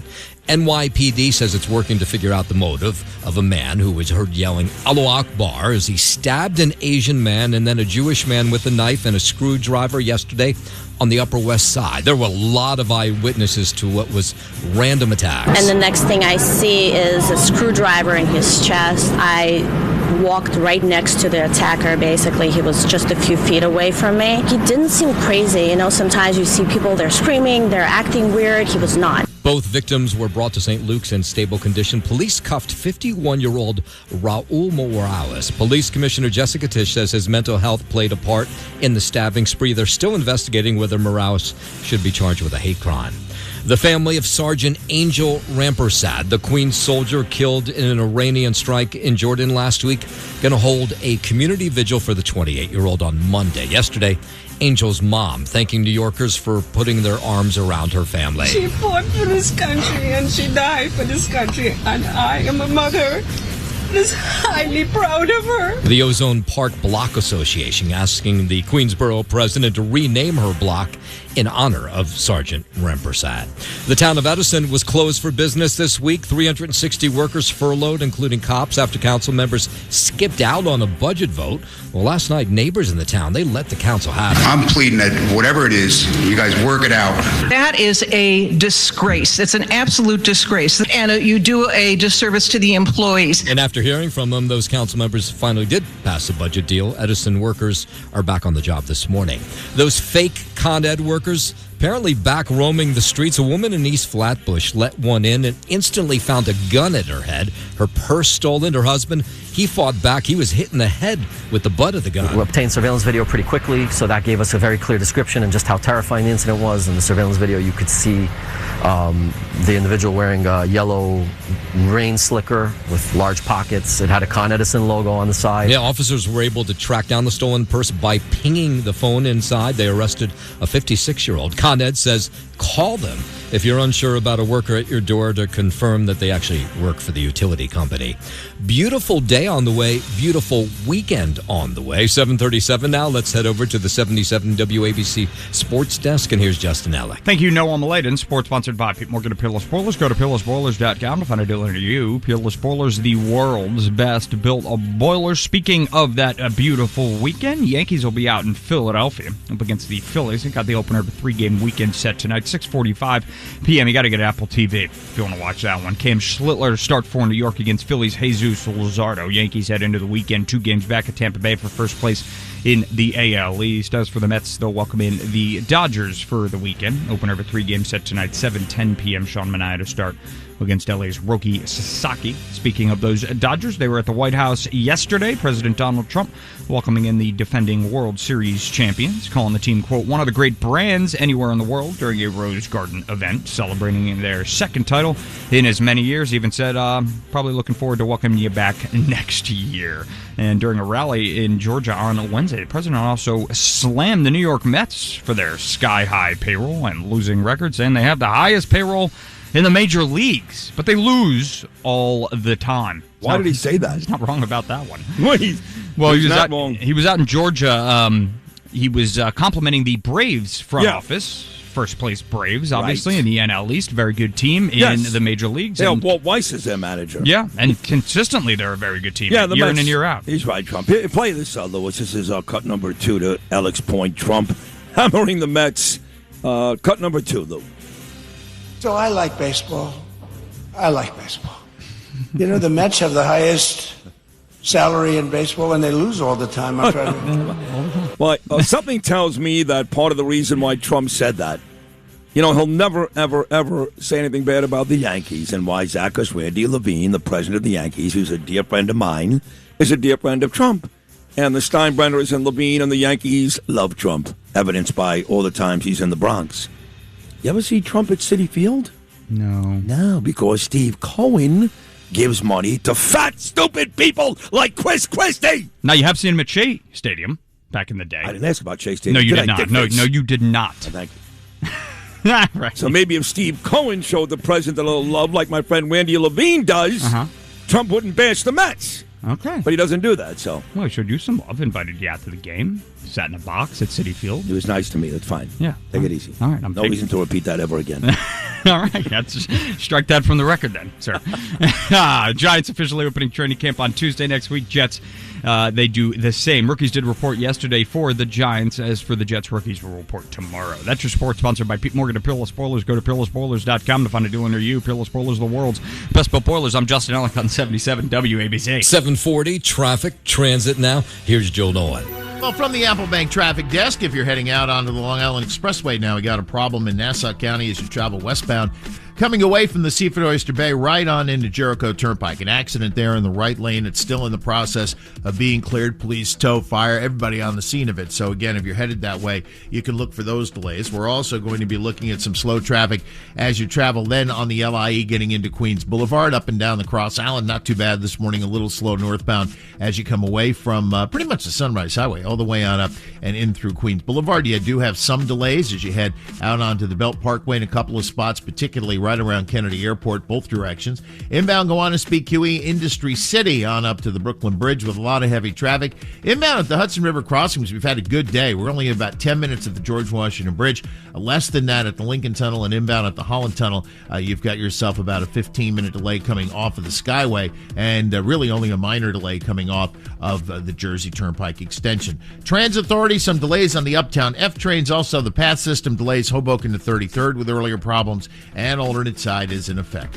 Traffic sponsored by Apple Bank, now at the highest annual percentage yield this year on any 6 to 12-month CD.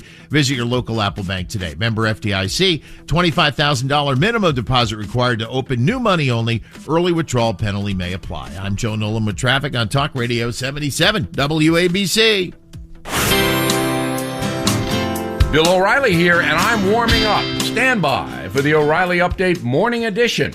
But first, most people already know what medications they take. You don't need another waiting room. You just need an easier way to get them. So please check out All Family Pharmacy.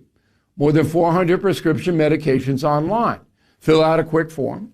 Licensed doctors review it, and you get the meds shipped right to your door. Let them know I sent you. Go to allfamilypharmacy.com/Bill. Use code BILL10 for 10% off. On this Friday, I'm thinking about the progressive takeover of the Democratic Party. The radicals are now entrenched in at least 15 states. The most shocking situation is happening in Minnesota. Now, I've been to that state many times, a nice place. But now it's Loonville. There are good people there, of course, but the government has gone crazy. Minnesota has 10 electoral votes. There are 3.8 million registered voters. Big immigrant communities, many from Somalia. The problem is, it seems political correctness and a lack of perspective has gripped Minnesota. Example, Governor Tim Walz. He's not very smart, and he's a far-left ideologue whom Kamala Harris picked as her running mate. Now, recently there was a guy convicted of a heinous crime in Minnesota. For years, a migrant from Laos raped a 10-year-old girl. That man served his time in Minnesota, then went up for parole. Walz supported it. They were going to let him out. But Secretary of State Marco Rubio stepped in and deported the criminal back to Laos. The whole thing sounds crazy, and it is. But this is where the progressive movement lives. And they are now ruling the Democratic Party. Back in a moment. For 250 years, home ownership has been the cornerstone of the American dream. But that dream is under attack for many across the USA due to the rise in title fraud. But you can protect yourself with 25% off home title locks, $1 million triple lock protection.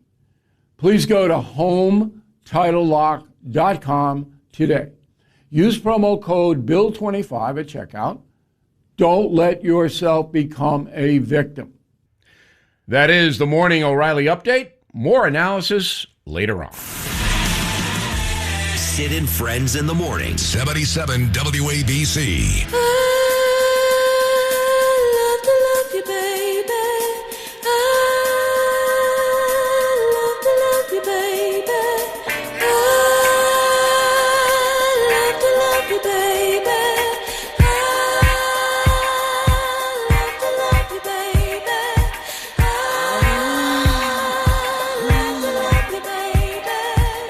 When you're laying so close to me, there's no place I'd rather you be than with me.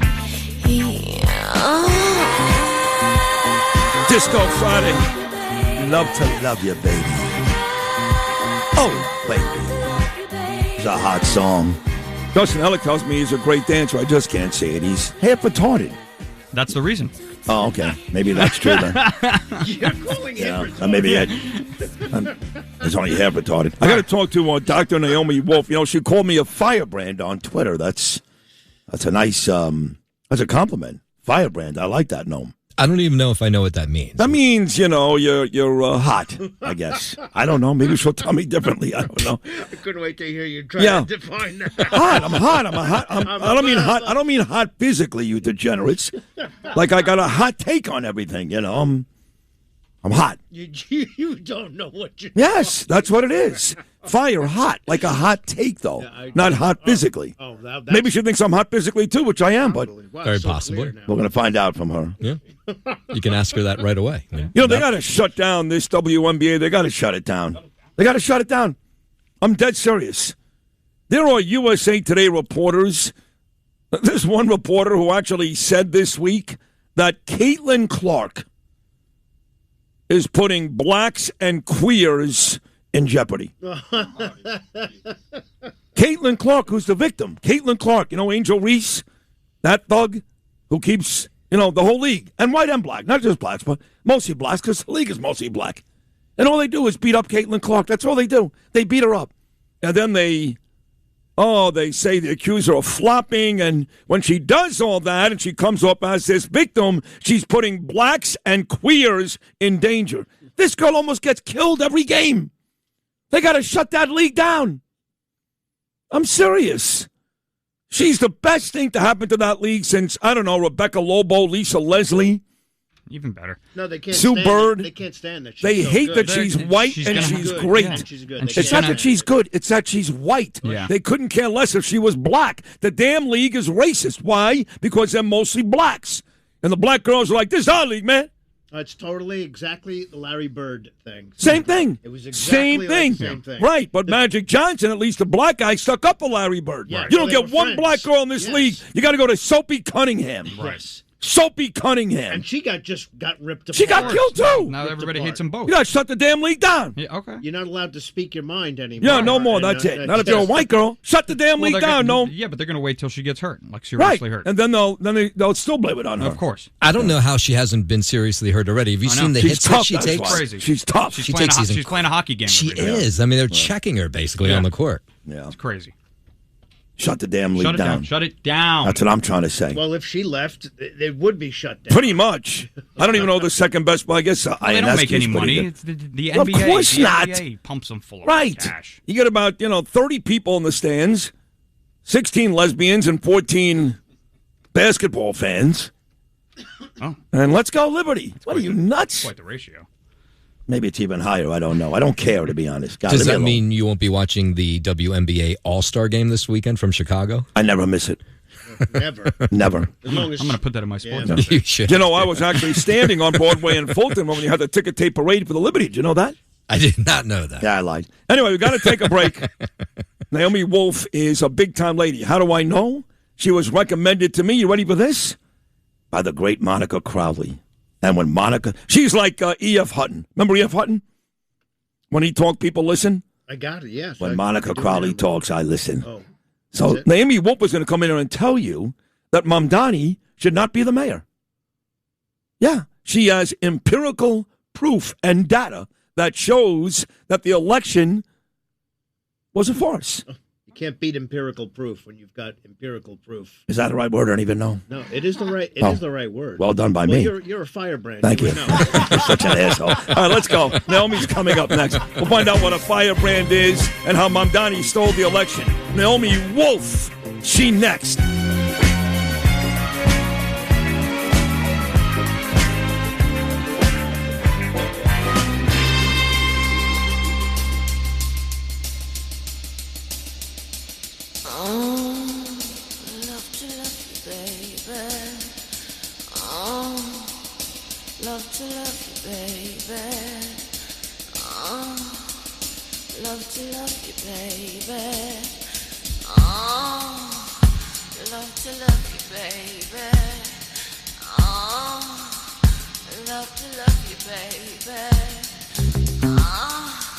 Download the 77 WABC mobile app now. Get the latest news and information. Listen to your favorite shows and podcasts anywhere you go. Available now on Google Play and in the App Store. Talk Radio 77 WABC. WABC Traffic and Transit. From the Apple Bank traffic desk, as you begin to travel on the New England Thruway, we still have some pretty big delays getting up to exit 15. Again, that construction should be out of the way already, if it isn't already. So as you're traveling that way, just allow a little bit of extra time. A little slow traffic about 86th Street, right on up to approaching Industry City. Then from just about the canal to the Brooklyn Bridge. You do have delays inbound on the LIE coming into Queens Boulevard, also southbound on the Brooklyn-Queens Expressway as you get down to the Kosciuszko Bridge. A solid 20 inbound from 1 and 9 off of the Jersey Turnpike. All the rest of the approaches to the Lincoln and Holland tunnels with minor delays, and we're going to call it 20 inbound at the George Washington Bridge. And the 640 out of Jersey Avenue due in New York at 737. That one was canceled. Traffic is sponsored by Apple Bank. With an Apple Bank Pick Your Term CD, you get a guaranteed rate of return that fits your 6 to 12-month timeline. Stop by an Apple Bank branch to open. Member FDIC, $25,000 minimum deposit required to open. New money only. Early withdrawal penalty may apply. I'm Joe Nolan with Traffic. Talk Radio 77 WABC. This is Sid and Friends in the Morning. Friends, how many of us have them? Friends. 77 WABC.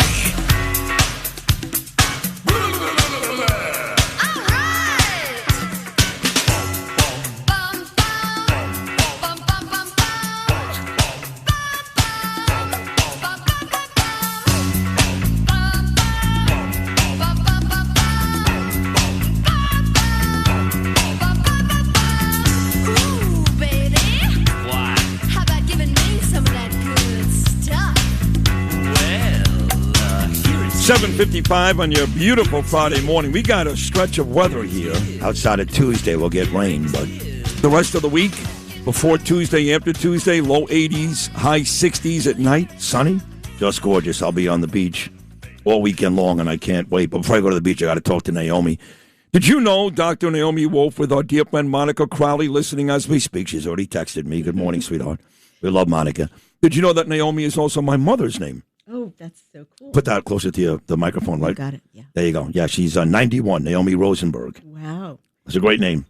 Thank you very much. You're welcome. Give me, when you called me a firebrand on Twitter, what does that mean exactly? Well, you're forceful and you have strong opinions and you don't hold back. And especially now in this time of people being canceled for standing firm in their viewpoints, I respect that. So that's a firebrand. Awesome. I told you it was a compliment, Lewis. She basically said what I said, which is I'm not afraid to deliver a hot take, hot fire, and I'm not worried about the repercussions because they don't really exist anymore. A lot of people are not getting canceled anymore. You know, the truth is, when you tell the truth, there's nothing to be afraid of, is there? Short term, there are things to be afraid of. Long term, I guess the truth always triumphs. It does. Yeah. Well, you've got truth for me here, right? Because your contention is that Mamdani, the mayor, did not win the election. That, in fact, there was a whole bunch of fraud. I had a lady in here a couple of days ago, Molly Honig, and she has the same contention and also reams and reams of information that speaks what you're going to speak about this morning. So there seems to be a cavalcade, if you will, of people now that are stepping up and saying that the mayor really didn't win. That's how you feel, right? I would put it a little bit differently. We can't say that this mayor won because his election and the primary we just had in June are so corrupted in so many ways. There's no way to claim that that was a fair election, given the massive amounts of fraud that are being confirmed. Okay, well, let's start with the ballot, okay? We know that in the race, Sliwa was on one line, right? That was one line too many. Cuomo was on two, and Mayor Mamdani was on two lines, right? Is that usually the case? Or? It's my understanding that Mamdani was on two lines and Cuomo was on one. But what's definitely the case is that Mamdani was on two lines, two different political parties. And we have sworn statement from William Egdorf, who is a poll worker, who said that they were being trained to feed overvotes into the machines scanning the ballots. In other words, if people were confused seeing Mamdani's name on 2 lines, instead of discarding those ballots, which you're supposed to do, which the rules had up until then, they were instructed to feed them into the machines. My own candidate, I advised a wonderful candidate named Athena Clark. She was on this show, Athena. That's right. Yeah. And she ran for city council in Brooklyn. She, a DSA candidate, fought hard to keep her off the ballot. The reason I think this is really important is that Mamdani, quote unquote, won by exactly the number of votes he would have gotten if the machines had scanned over votes. So they need to be looked at. All right. Yeah, right. It was Curtis was on 2 lines, Cuomo 1, and Mamdani 2. So the primary shows, and this is going to be some daunting evidence, the primary shows Dr. Naomi Wolf, over 100,000. Listen to that number, 100,000 blank ballots counted on Board of Elections website, over 100,000 blank ballots. How could that be the case? It's incredible. You can go to the Board of Elections website and see this. They break down the votes for one candidate, for another candidate, but they also list blank ballots, and then they keep that in the total. In some precincts, 1 in 10 votes cast was a blank ballot. You're supposed to discard those, but the Board of Elections has it right there on their website. When you add them up, it's more than 100,000. And while I was showing this live on my podcast, Outspoken, the Board of Elections website went down for 45 minutes. So that needs to be looked at. And Mr. Rosenberg, like, I'm a journalist, I'm an old-fashioned journalist. When multiple sources independently start confirming the same problem, that's when you have a news story. And what I'm seeing with the documentation, the acceptance of blank and what should be spoiled ballots at industrial scale, that is confirmed by your previous guest looking at another data source, right? Right. And it's also confirmed by Lulu Freisdat of smartelections.us and Jimmy Wagner, an attorney, who are right now in hearings with Judge Sweeney in Brooklyn, and they're finding masses of fake ballots being introduced, of broken seals on the envelopes containing ballots, really? Security problems. And they also found, I just got this text from Lulu Freisdat this morning, and they're in court, arguing about this with the other side that's trying to keep them from looking at the ballots or looking at these problems. They found that the voter rolls of registered voters in New York do not match the ballots. No kidding. And that seems to be the same problem that just surfaced in New Jersey. This is Dr. Naomi Wolf, and highly recommended by our dear friend Monica Crowley at the White House. And you know why? New Jersey, that was interesting too. Yeah, the governor there, I call her Mikey Muhammad Cheryl. She likes to walk around like it's Ramadan every week. And, she's blaming some software company for nearly 7,000 illegal registrations, 400 of which actually voted. That company said, we have nothing to do with this. And I have a good buddy who's a Secret Service guy, formerly living in either Maryland or Virginia, I forget, Russ Sullivan. He said, this is not about some software company. It's about the Democrats and cheating once again. Right. And Cheryl, of course, blames President Trump. She's great at that. She blames Phil Murphy because he's gone. But you're seeing some similarities between what's happened in New Jersey and what you claim happened, and I agree with you and believe you, in New York City.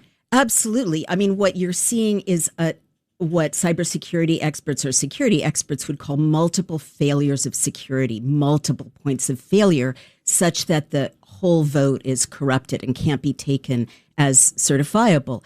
Let me give you another example. My husband, Brian O'Shea, is an investigator. He sauntered in to the polling station on Winthrop Avenue in Brooklyn, Winthrop Street in Brooklyn, and gave a fake name and a fake address to see how far he could get. And they readily gave him, and this is in documentation that I shared with you, what they called a referral slip. One side was filled in. The other side is a form that's totally blank. And it's been in use since 2013. And you can Xerox it all you want and keep voting and keep voting. And they waved him right through. He's registered to vote in Columbia County. He's not even registered to vote in New York City. Wow. So multiply that by, thousands and thousands, which is what Lulu Freisdat is finding with Xeroxed ballots or fake ballots being mixed in. She's got photographs of this with real ballots and with the Board of Elections fighting to not have observers like Freistat, Jimmy Wagner, certified observers close enough to look at the vote. And lastly, where the vote is being counted in a place called The Cage in Brooklyn. And I've sent pictures that Lulu Freistat took of this. It's shocking. They've got cartons of paper, the vote counters under the table at their knees. They've got printers lining the walls. They've got a 6-foot gap where people can just walk in and out with no security at all. They've got and they're the Judge Sweeney said, no, you've got to let the observers see within 4 feet of the counting, because that's how our system works. You're supposed to be able to have observers verify the vote. Of course. Remember 2000. Sure. But you can see that they put a table within 4 feet, but then they moved the counting 15 feet away from Ms. Freistat. And when she tried to watch last week, they escorted her out with security. They're telling Jimmy Wagner and Lulu Freistat, you can't record, you can't take pictures, you can't do audio recordings. These brave patriots are kind of smuggling photographs out, but what is the Board of Elections trying to hide? If everything was kosher, the observers could see the counting of the vote. But there's so many points of failure. I personally, Mr. Rosenberg, was walking down Winthrop Street 2 days after the election day and the primary, and I saw 2 workers escorted by no one from the Board of Elections taking voting booths and what looked like printers or voting machines out of the polling place.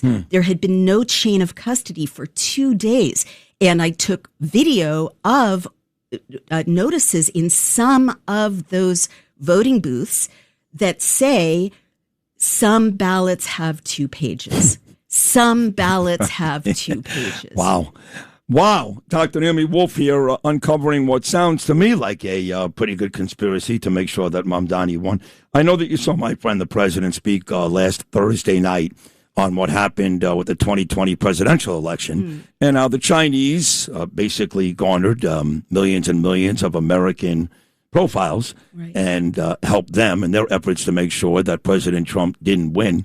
So my guess is that you agree with President Trump that some of these foreign enemies and adversaries are getting involved in these elections and costing worthwhile people victories, yes? I think that the evidence that the White House is putting on its website of interference is overwhelming, and that any reporter would be foolish to disregard it. There's no question. Look, I was an advisor to Al Gore in 2000. Sorry.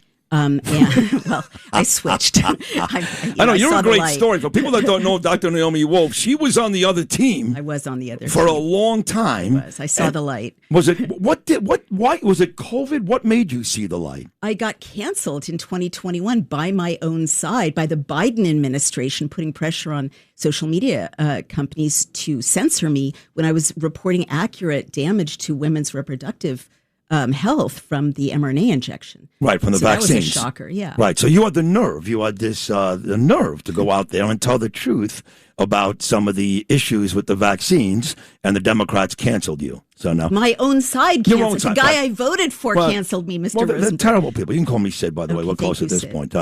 So are you like a MAGA Republican like me, or just kind of still kind of? I mean, I'm registered as an independent, but everything President Trump is saying, and brilliant people in his administration, like Monica Crowley, like Harmeet Dillon, like Marco Rubio. I love Harmeet Dillon. I love Marco Rubio. What a team, right? They have become the common sense middle that, JFK Democrats used to be. Yeah. So you must be happy with the them. work that my friend Ron Johnson is doing in Wisconsin, too, about the vaccine. He's doing a good job. I'd like to see a lot of people go to jail who haven't yet. But I mean, well, I think a lot of people wanted to see that. Yeah. And maybe it'll happen. But to just go back to 2020, what both sides, Gore and Bush, did in 2000 would be called being election deniers today. They did all the right things. Their lawyers said, wait a minute, we're going to count every vote. There are some votes in question. You remember that if people who are old enough, those of us who are alive. I'm actually old enough. Remember what happened in 2000. Yeah. And our system worked, and the lawyers fought it out, at every level of the court, all the way up to the Supreme Court. I think it was 5 weeks after Election Day that we finally knew who won that election because every vote was counted. Now, if you try to do that, you get, you face legal action, you face penalties of all kinds. But that's how our system is supposed to work. That is how our system is supposed to work. And there's so much more evidence of fraud in these last 2 elections, Mamdani's and the primary we just had, so much more even than in 2000 when there was. When you say the primary we just had, we had a bunch of primaries. You're talking about all these DSAs, Chevalier and Valdez and some of Bradlander. So first of all, this makes me really angry as a journalist. I say you're getting all fired up. I love it. Well, it's not okay. We're supposed to live in a representative democracy, and we're supposed to have real journalists telling the truth. The night that the June set of primaries in New York was allegedly completed, all the major news outlets had big news stories. Oh, DSA sweep, huge victories. Sid, the vote is still being counted. Still, it's not certified yet. No one has won yet. Right. And some of but these... Has Spencer Pratt even lost in Los Angeles yet? They're still counting that? I doubt it very much, but you have to verify the vote to know. But some of these alleged elections, like Daria Liza Chevalier, the margins are so close. The one that Lulu Freisdat and Jimmy Wagner are contesting was 7 votes. That's a candidate, Bernard Weselberg, 7 votes. And so, the Board of Elections is trying to keep people from seeing the recount to see who won that primary. So we don't know that there's been a DSA sweep. We don't know. It hasn't been verified. And with 100,000 blank ballots that were counted, we don't know who won the primaries, even when the Board of Elections claims to certify. Another thing that is super dodgy is that the Kendra Riddleberger, who had been the Board of Elections attorney when Jimmy Wagner and Lulu Freisdat started to contest they're being forbidden to oversee the count of the Weselberg primary meaningfully. She got sidelined, and then they brought in a new lawyer to represent the Board of Elections, actually a Canadian, which is interesting. Right, can't trust them. Right. And what are they hiding? So we don't know there's been a DSA sweep. We don't know that Mamdani was legitimately elected. We don't know who was supposed to be mayor of this great city. And that is not the way things are supposed to work in the United States of America. It has to be the feds need to step in. I think there's so many avenues, whether it's Jim Crow, this is a Jim Crow type situation, Sid, because so many New Yorkers have been disenfranchised.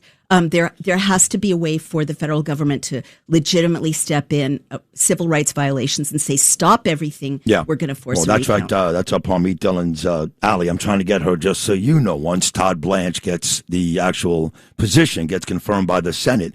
I am reached out to President Trump already. I'm trying to get Harmeet Dillon to be the deputy AG, number 2 behind Todd Blanche. Right. Not going to be easy because everybody has their own candidate. She's great. And she'll agree with you about all this, Doctor. So last one, I guess in the final 60 seconds, Andrew Cuomo was only about 8 points behind. It's silly to mention Curtis. He was 1,000 points behind. Mm-hmm. So are you telling me that there's a chance that Andrew Cuomo may have very well have won that election? Or are you just saying to me, look, I'm not sure. All I'm saying is you really can't call Mamdani the mayor because, truth be told, with all this fraud, you can't really make an argument that he won. Well, I'm certainly saying that you can't know that Mamdani won. But I, as a journalist, think it's so much smoke that the DSA fought so hard for my candidate not to be listed twice on the ballot, and that we have a poll worker saying in a signed affidavit they fed the double votes into the machines.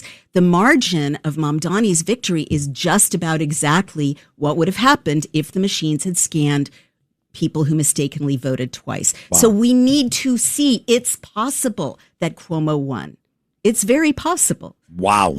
What a morning, Dr. Naomi Wolf. Morning. This is huge stuff. Yeah, it is. So what can I expect to hear from you next? What do you think happens next, if anything? I'm just going to keep following what Lulu Freisdat and Jimmy Wagner are doing with Judge Sweeney's hearings. Judge Sweeney stopped everything, and he said he was going to count the ballots in that primary race. So there's a lot of activity. This should be a national story. You know, all the legacy media is ignoring the fact that a judge in Brooklyn is saying, hey, wait a minute, this is not kosher the way the Board of Elections is running it. I'm going to step in and oversee myself the counting of the votes. That's huge. That's immense. So it should be covered. I'll keep reporting on it, and I'll be knocking on every door to try to get legal representation because my own rights got violated Of course. as a citizen of New York. We'll keep bringing you back too. How about that? Thank you. I'd love and this, and it'll go national once you're on this show. So, Dr. Naomi Wolf, that's an excellent, excellent job. You're a wonderful guest and a great lady. Thank you so much. I loved talking to you. Thanks for giving me the chance. You got it. Dr. Naomi Wolf, making her debut right here on Sid and Friends in the Morning. One of, I think, will be many, many, many appearances. We'll take a break, go from one wonderful lady to another. KT McFarland is coming up next. Her body appearance is next on Sid and Friends in the Morning. I got sincerity that's bona fide and a heart so fine, certified. So let your good stuff rain down on me. Your dang good stuff that's true and tried. Are you looking for it? Are you looking for it? You'll hear it from me. Good stuff, baby. Do you want it? Do you know how to get it? That good stuff, baby. Good stuff. What's the use of getting it, yeah? Sharing. My eyes are straining from all the staring. You've become my magnificent obsession. So how about joining my loving session? Are you ready? I'm ready. Are you ready? Yeah. Are you ready for this? I guess so. Come on, baby. Say whoa. Take me down where the love honey flows. Kiss you nice, nibble your toes. Take me down where the good stuff grows. Love you nice, tickle your nose. You talk, we listen. 77 WABC. WABC. 77 WABC Staten Island law firm of Van Julie and Gentili chime time 8:15. For 40 years, the Staten Island law firm of Van Julie and Gentili has been helping people just like you. Call 718-816-0005 or visit aglawnyc.com. WABC Traffic and Transit. From the Apple Bank Traffic Desk, as you begin to travel on the Long Island Expressway, we're slow from the Seafood Oyster Bay right on in through Jericho Turnpike. An accident in the right lane. You want to get over to the left as you come on up to that. We're also going to be looking at some delays as you travel then on the LIE and through Queens Boulevard. If you're up and down the Van Wyck, slow into Jamaica Avenue. Also delays coming southbound on the Whitestone Expressway through City Field. And then on the southbound side of the Brooklyn-Queens Expressway, heavy and slow traffic coming away from Queens Boulevard right on down through the Kosciuszko to the Williamsburg Bridge. Cross Bronx westbound slow, Bronx River Parkway to the George Washington Bridge. Subways, again, delays on the Uptown F trains. And also, we might still have some delays on the path between Hoboken and 33rd Street. They had some earlier problems. Traffic is sponsored by Apple Bank. With an Apple Bank Pick Your Term CD, get a guaranteed rate of return that fits your 6 to 12-month timeline. Stop by an Apple Bank branch to open. Member FDIC, $25,000 minimum deposit required to open. New money only. Early withdrawal penalty may apply. I'm Joe Nolan with traffic on Talk Radio 77 WABC. All across America, this is the Red Apple Audio Network's Market Report, sponsored by Abacus Global Management.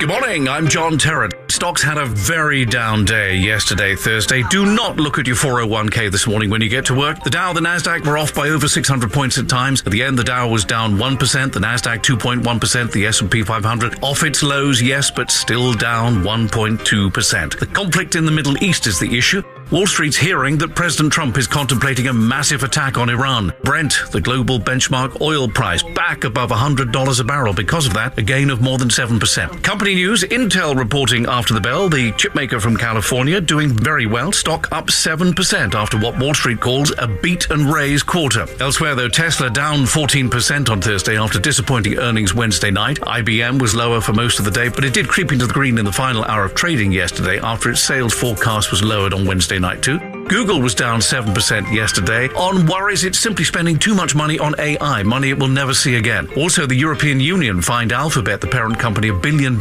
for promoting its own services like shopping and travel. And today, the earnings come from the telephone company Verizon and the charge card people American Express. With business, I'm John Terrett. This is the Red Apple Audio Network's Market Report, sponsored by Abacus Global Management. What if the future of finance wasn't built around averages, but around you? At Abacus Global Management, we're reshaping financial planning around the most personal data point, your lifespan. But it's more than just insight, it's control. As a technology-driven asset manager, we're empowering investors with an integrated system to take command of your time, your future, your financial destiny. This is a new era of investing. Take control at abacusgm.com.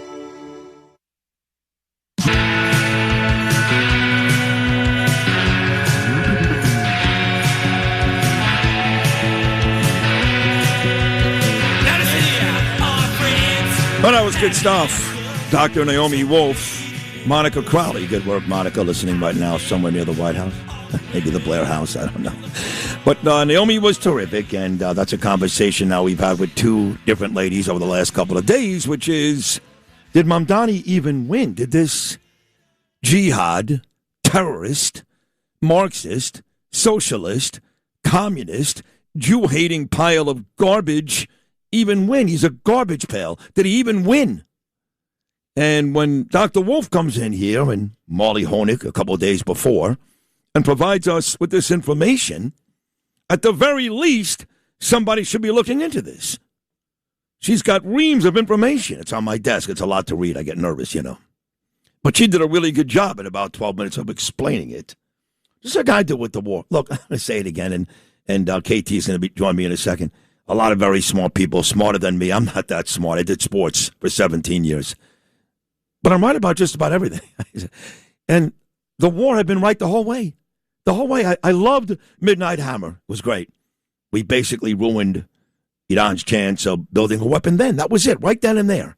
Knocked out their centrifuges, and that's all we needed, really. But I was good with Operation Epic Fury. I liked it. Wiped out 40 of their big leaders like Comey and others. But I've been making the argument for months, yelling and screaming at guests on this show, people at my station, smarter than me, that we've won nothing. This thing's a mess. We've been stuck for the better part of 2.5 months. Stuck. No. Look at this number. Look at that number. Now look at the numbers. All I've been saying is wipe them out. We had that opportunity a couple of months ago. Now Trump's a nice guy. I know that. I love Donald Trump. I love him dearly. And that's who he is. He doesn't want to kill innocent people. But you can't get into a war with people like this without doing it. And you can't win until you do.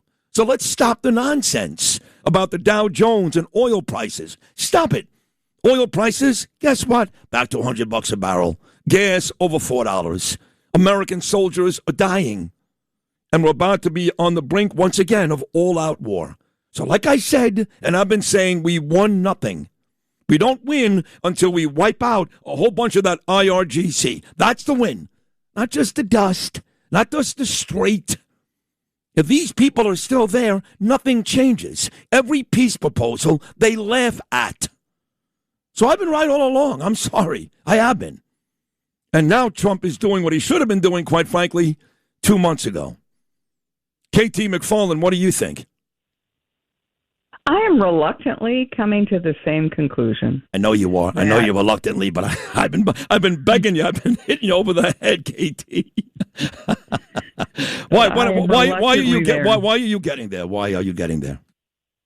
Because if you see what they're willing to do and how they're using the Strait of Hormuz as a weapon, how they're whatever revenues they are getting from somewhere, they're using to rebuild their nuclear program, their missile arsenal, you realize that this is what would they do if they possess nuclear weapons right now? I mean, they would use them.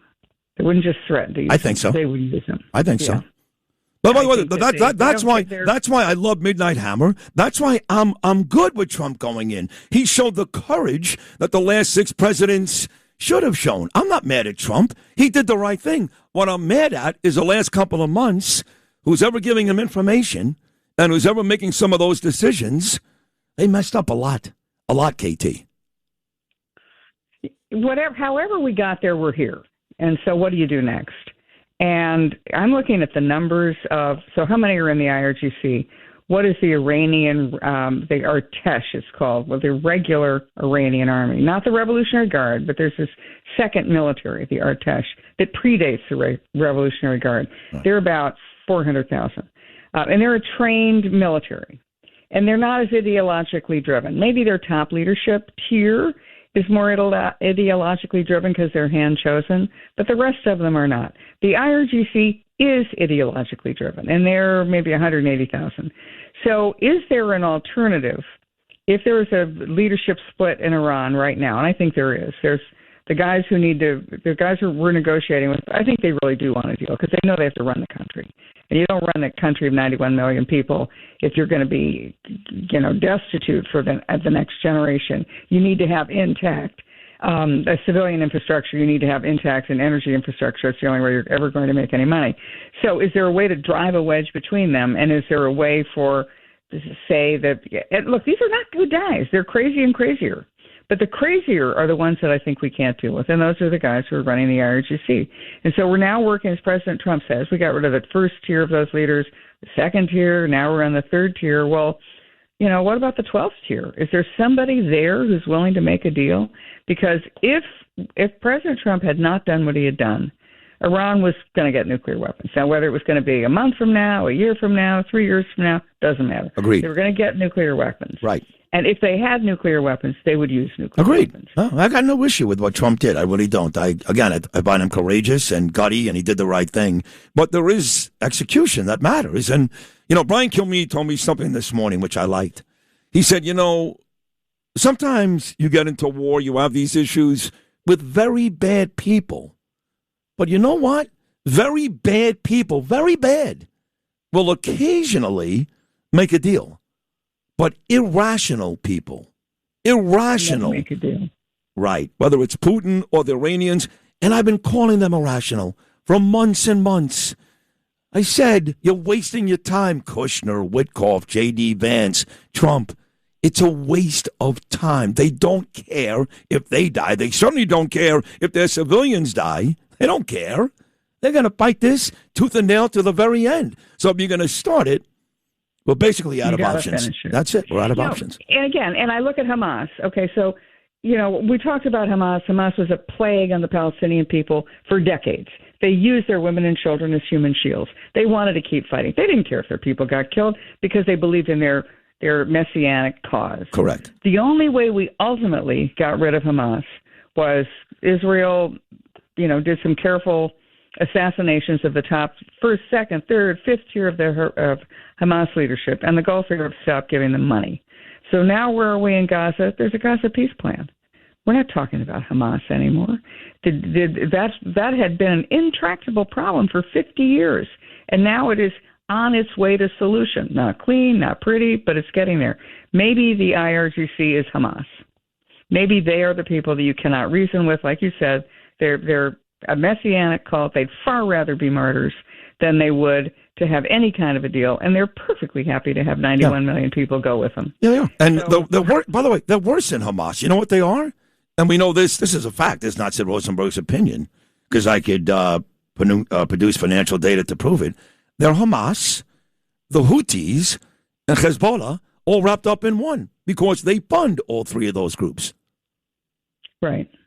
And so, unfortunately, with the price of oil going up, they're finding their way to getting more income. It's like, it's like a two-edged sword.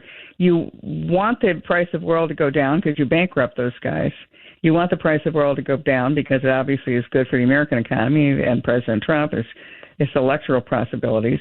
But you're not going to get the price of oil down until you finish this war. Here's the other thing. But the price of oil, and again, I hate conspiracy theorists, but I think I'm becoming one as I'm getting older. Because I told you this, too, weeks ago. And I think it's true. I think they're getting money. I think they are. And I think we know about it. I do. I think the Russians, they're broke, but they got something. Chinese. I know they're getting weapons. I know Iran is getting weapons from Russia, China, and other spots. I think they may have more weapons than we do at this point. Our munitions are low. But they're certainly getting intelligence. I think they're getting intelligence. I think they're getting weapons. And I think there's an Arab country or two out there giving them money. And if I'm right, and I've been right a lot of the way here, if I'm right, they're even more dangerous than we think, and the fight is not nearly over, if I'm right. To me, I'm looking for two things. I want President Trump to talk to the American people and level with the American people. The great thing about Trump is he doesn't sugarcoat anything. You know, he's not a pol. He doesn't spin. And I would love him to take an opportunity to speak to the American people. I would love that, too. Let me stop you right now. Because I love that, too, and you're brilliant. So if you were going to write the speech for Trump, and you worked for 4 different presidents, including Trump, you worked for the 2 greatest presidents of our generation, Trump and Reagan. If you're going to write that speech, and I want the same thing you want, what would you tell Trump to say? Well, I've written those speeches. I've written the speeches to the nation, the Oval Office speeches. The greatest speeches are the ones, whether it's Abraham Lincoln or Ronald Reagan or FDR, you lay out the problem. You convince the American people it's a problem. And then you give the American people a solution. And then you say to the American people, I want you to sacrifice with me to get this solution, to get this done. And that's what Reagan did. That's what FDR did. That's what Abraham Lincoln did. Frankly, it's what George Washington did at Valley Forge. So what is the problem? A problem is Iran, and just as you and I have discussed, this is a group of people who would rather die and rather have millions of people die along with them than to give up their objective, which is to destroy Israel, kill every Jew, kill every Christian, and then somehow their particular version of Islam prevails. And that's what they believe. So they're dangerous not only to themselves. I don't care about that as much, but I care that they're dangerous to the American people and to the world. They have to be eliminated. We've tried everything. We've tried negotiating. We've tried bankrupting. We've just tried everything. But this is a group of people that just can no longer be allowed to be in a position of authority, and particularly to have nuclear weapons. So we have to stop their nuclear program. We have to stop their missile program. And we have to stop their ability to hold the world hostage. Here's what I'm proposing to do. I'm going to take out their entire military. I'm proposing that we will have to work with other countries in the Gulf to eliminate their leadership. And I'm proposing that the solution is that the world is going to not use these critical waterways. They're going to use pipelines. They're going to buy American oil and natural gas. And I want you, the American people, to give me the space I need to accomplish this. I'm not talking about a 20-year plan. I'm not talking about a 20-month plan. I'm saying we're going to go in, and we're going to go hard, and we're going to go now. And we also have a solution, which is that we have a group in Iran, or we feel that the Iranian leadership is there to replace and to run Iran. So we're not talking about American boots on the ground. We are talking about a homegrown Iranian revolution that we are going to encourage and speed along. Love it. One more for you, KT. That was great. Really great. Go back to work for him, will you? Do me a favor. Call him today. Say, here's what I propose, President Trump. He loves you. This lunatic mayor of ours, I asked Brian this morning. I'm going to ask you, too. I'm surprised about how many people in this country have bought into the Israel genocide, that nonsense. It's a complete lie, How many of them hate Bibi? These are Christians. I mean, do they not understand that they wouldn't have a religion if not for the Jewish people? Let's be honest. The Old Testament, a lot of the stuff that you see in church comes from Judaism, right? We know that. Jesus, by the way, was Jewish. So I'm surprised how quickly Christians turn on Bibi. It's actually very alarming to me. I'm not sure that it's Christians turning on Bibi as much as people who really don't believe in a whole lot of anything. Well, yeah, no, but I'm saying you're right. And most Christians are with us. Most are.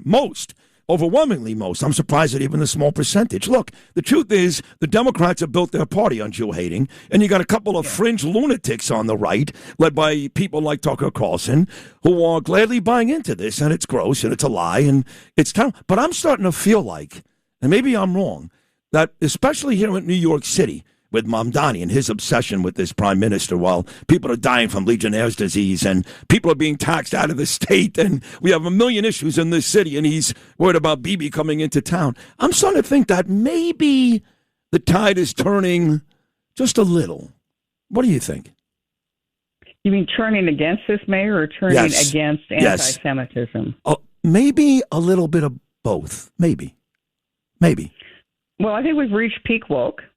I hope we've reached peak anti-Semitism. And as far as the mayor, things are just going to go from bad to worse. I mean, where are we going to be a year from now when there'll be no firefighters?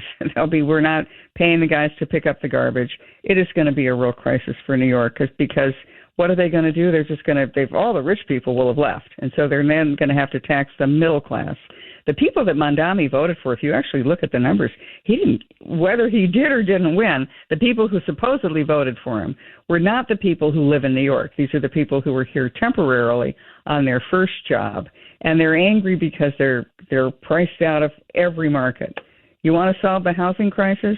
There are 50,000 apartments that are just languished and left empty in New York City. You could solve that housing crisis in a minute if you change the rent control laws. They won't do it. They won't do it. You're right. And a lot of those voters, too, are white middle-class people. To your point, we're the ones who are going to get hammered. It doesn't matter to Bill Ackman or Ken Griffin or John Catsimatidis. We get killed, And we're the ones who voted for him. Not me, but women specifically, So in the end, the people that he promised to save are the people that he's going to hammer. I see Bill Ackman was on Fox News yesterday, and he's contemplating running for mayor. I said, go ahead. You got $10 billion. Trump loves you. You love New York. I've been a little back and forth with Bill because he did extend an olive branch to the mayor right after he won. I never did. You know that. Never. He did. So did Jamie Dimon. But, okay, fine. Who cares? He's here. He's got money. He is angry with the mayor. He knows what it takes to rebuild a financial mess. So if you're Bill Ackman, do it, right? Why not? The thing about Mondami is I think a lot of the anti-Israel, I'm going to arrest Bibi Netanyahu, there was a part of me that thought, something, you try to go after Bibi Netanyahu in New York, what's going to happen? I mean, do you really think that you want to go up against Mossad, Israeli, and exactly. Oh, man. Right. Anyway, and then I got more serious about it. But I think that part of this whole is this distraction that Mondami is using to focus on Israel, focus on Bibi Netanyahu, focus on all the graffiti that is, kill the Jews, that's being written all over Midtown Manhattan. I think it's because he's not delivering all the things he told all those people who voted for him, all the things he was going to give them, the free grocery stores, the free child care, the free transportation, everything's going to be terrific. None of that stuff has happened. Sure, but he also promised to arrest Bibi Netanyahu, and now he can't do it. So that's another promise he broke. Yeah. But it's pandering and distracting. Look over here. Don't look at what I'm doing. Yeah. Look over here at the shiny object. You're right. You're right. And he did break a lot of those promises, and seemingly he breaks a promise every week. You don't. You come every week and do a fantastic job. I love you, KT McFarland. Enjoy the Hamptons this weekend, as always. Great conversation. We'll do it again next week, sweetheart. Thank you so much. Thank you, Sid. Come on, KT. You're the best. KT McFarland right here on Sid and Friends in the Morning. Still more to do. My dear, dear friend of 40, going on 49 years, he great defense attorney, Joseph Tacopina, will stop by. We'll talk about that wretched Jack Smith. Lots more to do before I hand off the football to Brian Kilmeade in about 90 minutes. This is the Friday edition of Sid and Friends in the Morning.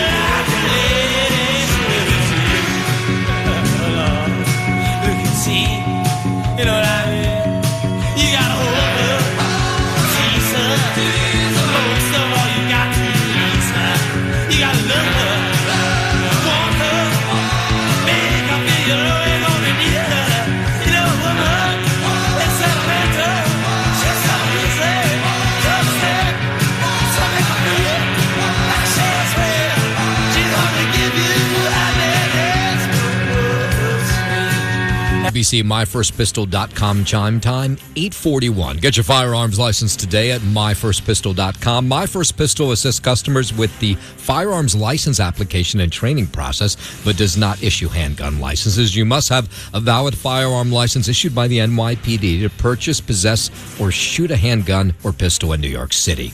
71 sunny on this Friday, July 24th. Good morning, Noam Layton.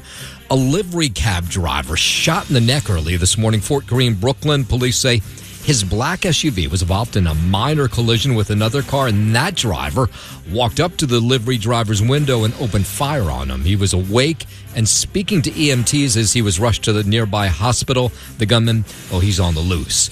Neighbors on the Upper West Side say that knife attack yesterday on an Asian and a Jewish man was definitely a hate crime. Eyewitnesses say 51-year-old Raul Morales yelled Allahu Akbar before he plunged a knife and a screwdriver into his victim's middle of the day. He's crouching, there's a knife sticking out of him, and he looked very stoic. That's the word.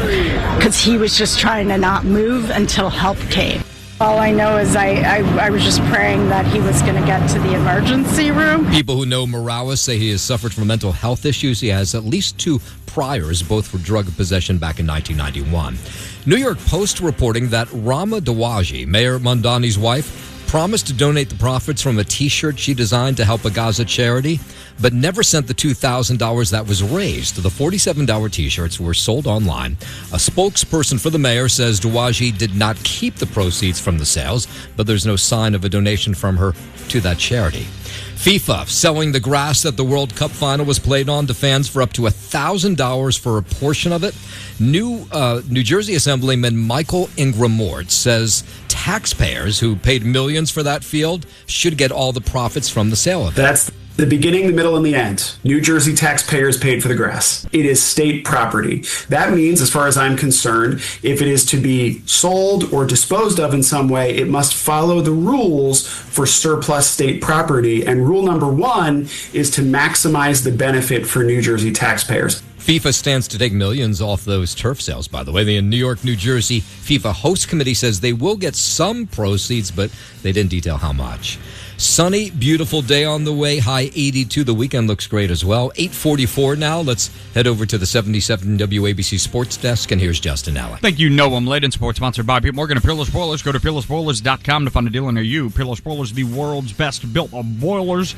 Speaking of the weekend, Yankees will be out in Philadelphia up against the Phillies. Opener of a 3-game weekend set tonight, 6:45 p.m. Cam Schlittler will start for New York against Phillies. Jesus Luzardo. Yanks heading into the weekend, 2 games back at Tampa Bay for first place in the AL East. As for the Mets, still welcome in the Dodgers for the weekend. Opener of a 3-game weekend set tonight at 7:10 p.m. Sean Manaea to start for New York against LA's Roki Sasaki. And speaking of the Dodgers, President Donald Trump welcomed the defending World Series champion team to the White House yesterday, calling them, quote, one of the great brands anywhere in the world during a Rose Garden event celebrating its 2nd title in as many years. Said to the NFL and training camp, Giants officially opening it up on Tuesday next week. Same goes for the Jets. Rookies for the Giants did report yesterday, and Jets rookies will report tomorrow. That's your sports, sponsored by Pete Morgan and Peerless Spoilers. Go to peerlesspoilers.com to find a deal near you. Peerless Spoilers, the world's best built boilers. I'm Justin Ellick on 77 WABC. 8:45, traffic, transit now. Here's Jill Nolan. Well, from the Apple Bank traffic desk, if you're traveling on the expressway coming inbound, we're not bad at all. Just a little bit of slow traffic as you get through Glen Cove Road, then again around the Cross Island, then again at Queens Boulevard. But the outbound side, real heavy, coming through the Clearview right out to the Cross Island. On the Clearview southbound, sound like there's an accident up by Northern Boulevard. That causing some delays. And then also as you get onto the Whitestone Bridge from the Whitestone Expressway, a lot of heavy traffic. And then coming down the Cross Island as well, a lot of slow traffic in that part of Queens. Inbound on the Gowanus BQE, your slow Industry City up to the Brooklyn Bridge. Up in the Bronx, you have delays westbound on the Cross Bronx just about the whole way now, just out of the Bruckner interchange, let's say from White Plains Road, right on over to the bridge. And then also delays as you come down the FDR Drive, getting into the RFK Triborough Bridge. But northbound, we're slow from about the 80s right on up into the 130s and 140s. And mass transit at this point seems to be in pretty good shape. Traffic is sponsored by Apple Bank. With an Apple Bank Pick Your Term CD, get a guaranteed rate of return that fits your 6 to 12-month timeline. Stop by an Apple Bank branch to open. Member FDIC. $25,000 minimum deposit required to open. New money only. Early withdrawal penalty may apply. I'm Joe Nolan with traffic on Talk Radio 77 WABC. Is Sid and Friends in the morning. 77 WABC. I'm always right.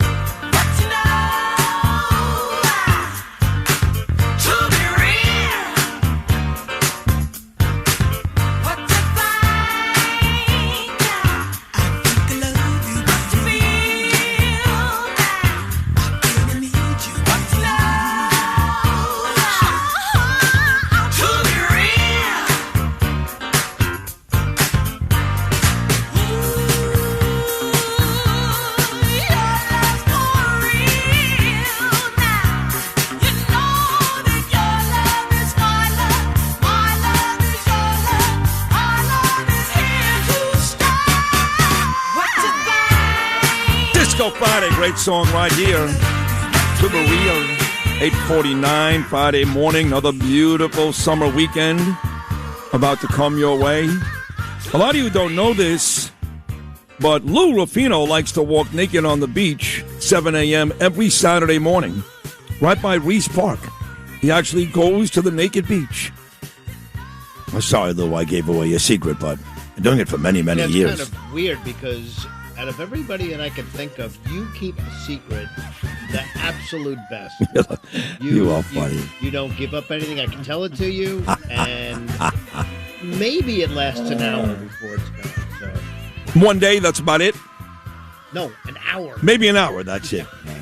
What are you going to do this weekend? Anything fun? Beautiful weather?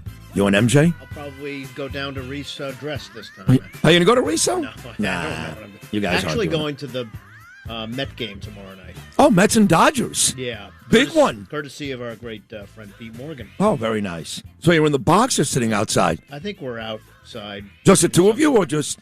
Yeah. Very nice. Yeah. That's a great night. Sure. Have my Juan Soto jersey on? Yeah, I don't think so. You're right. I don't think so. You're right. Yeah, I won't. Yeah. No, but it's always fun. You get the Dodgers in town. They've won 2 straight championships at the White House yesterday with President Trump. That's always fun. So that's a great night. Sure. It'll be Fantastic. Yeah, it'll be nice. Yeah. Yep. What did I say that something's happening at Harbor Lights, our buddy Sean's place? Did I say it was Tuesday? You said next Tuesday Maybe or next Wednesday. No, I think it was Tuesday. What the hell was I talking about? Bruce Blakeman. Bruce Blakeman, that's right. No, you're right, because Tuesday I'm going to speak at the Bruce Blakeman office for Gabriel and all the interns. You're right about that. Good job, Lewis. Okay, thanks. Tuesday I get to speak. That's right. Sure. It's going to be a big speech. See you at Reese Park. Don't you want to come next Tuesday to see me speak? I'm kind of thinking about the Harbor Lights night. Right, that'll be a good one, yes. Yeah. Sean does a great job. Bruce Blakeman's everywhere, man. Everywhere. Mike Sullivan's making him a fundraiser, and the guy that owns Junior's Cheesecake reached out to me. Rosen, he wants to make Blakeman a fundraiser. Everybody wants to help Bruce win because they understand that if he doesn't, whatever is left of this rotten city and rotten state will be gone. I mean it. I mean, I don't know how anybody could talk to Kathy Hochul. I don't know. She is, what she's done is really horrible. Andrew, too. I was guilty of talking with and eating with and even helping Andrew because that's how much I hated Mamdani, and I was right. And Curtis was a joke. So I had no choice. And I still waited 10 days before, not 10 months, not 10 weeks, not 10 months, 10 days when I made those statements with John on Kilmeade's television show. 10 days. But I'm the backstabber. I'm the sellout. What Mamdani's doing to this city? No, I'm not the guy. I'm not the bad guy here, folks. I never was. Never was. I was right. I was right then. Just looking out for the best interests of our city. Because at the most, you could have thought Curtis would get 15%. To the most. And that would have been a embarrassing loss. He couldn't even get that. He got 7. So what was I supposed to do? What? What was I supposed to do? Just let Mamdani win? So I did all I could with the guy that actually had a chance, the guy that actually finished with 41%, 34 higher than Curtis. The guy that finished with over 900,000 votes. And I know what he did. I think Janice Dean is mad at me, too. I don't know, because I yelled at her for hanging out one night with somebody I don't like. But at any rate. Who was that? What? Yeah, what are you doing? What does that have anything to do with what you just Well, because she was hanging out with Curtis one night. How could you have Janice Dean be angry at you? She's like the sweetest woman on the planet. She's not. I know ever Janice angry at longer anybody. than you do. I know. But I know her longer than you right, do. you're the guy that got it. And I know her not as long as any of you. As anybody. No, it's mad because she was with Curtis one night and taking pictures. I go, Curtis. All right. I know, I get it. I get it. He was hammering Cuomo, and you and your husband have been put through hell because of Cuomo. I get all that, but I was still angry because Janice, even though she suffered probably more than anybody, she is a lovely, lovely girl. Like she is. I have nothing bad to say about Janice Dean. I love her. And her husband lost both of his parents. But even she knew the dangers of Mamdani. She knew it. She knew it. She was not angry with me, and I was honest with her. Wasn't angry with me at all. I said, Janice, I have to do this. I get it. But that didn't stop Dickhead and his family and his 18 people that love him in Middle Village from going on the internet and TV shows and radio and saying all these bad things about me, which none of them were true. Trust me when I tell you, I don't need to be a guardian angel to prove how much I love this city. When all the world was going south, and I lived in Boca, in a beautiful place, a lot nicer than Curtis's apartment, okay? Had a pool on the water. I came back, okay? And I'm here, and I'm fighting the good fight. I'm not making videos with the mayor at the inner circle, telling everybody how bad the mayor is, and then making videos with the mayor. Hey, buddy, hey, that's funny. I'm not doing that. So I'm the last person you folks out there should ever badmouth if you love this city. I'm taking a huge sacrifice. I can work anywhere, and make good money. Anywhere. More than any other radio host in this city. And I stay here. I will talk to Joe Tacopina coming up next. Dear friend of mine for the better part of 49 years.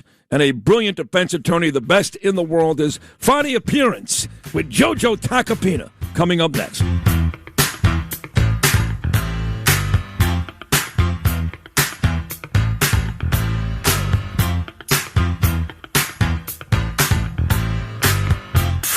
You talk, we listen. 77 WABC. WABC Traffic and Transit. Well, still a lot of slow traffic as you come inbound on the LIE from the Applebank traffic desk coming into Queens Boulevard. Actually quite sluggish through there, but the rest of it's in really good shape. Just a little slow out at Glen Cove Road, also around the Seaford Oyster Bay, some slow traffic. Again, there was an earlier problem there. That has been cleared. Cross Bronx is slow getting up the 3rd Avenue Hill all the way to the George Washington Bridge, and again, that also because of some earlier problems. If you're heading out onto the Van Wyck Expressway in both directions, again, delays as you start to come in towards Jamaica Avenue. Earlier problems on the Clearview. That looks like that also has been cleared up and out of the way. Now, if you're over in New Jersey, we're also doing pretty well. Really not much of a problem for you at all. On the Parkway or the Turnpike heading up and down, we look to be in pretty decent shape as you start to get in and out of the Lincoln and Holland Tunnel, George Washington Bridge. Also, down at the Holland, you're doing well. So Hudson River Crossing is only minor delays. At Mass Transit at this point, everybody pretty much at this point going to be on or close to schedule. Traffic sponsored by Apple Bank. With an Apple Bank Pick Your Term CD, you get a guaranteed rate of return that fits your 6 to 12-month timeline. Stop by an Apple Bank branch to open. Member FDIC, $25,000 minimum deposit required to open. New money only. Early withdrawal penalty may apply. I'm Joe Nolan with traffic on Talk Radio 77 WABC. WABC. The 77 WABC MyFirstPistol.com chime time, 8:58. Get your firearms license today at MyFirstPistol.com. My First Pistol assists customers with firearms license application training process, but does not issue handgun licenses. You must have a valid firearm license issued by the NYPD to purchase, possess, or shoot a handgun or pistol in New York City. This is Sid and Friends in the Morning. Entertaining and informative. Oh, you're my best friend. 77 WABC.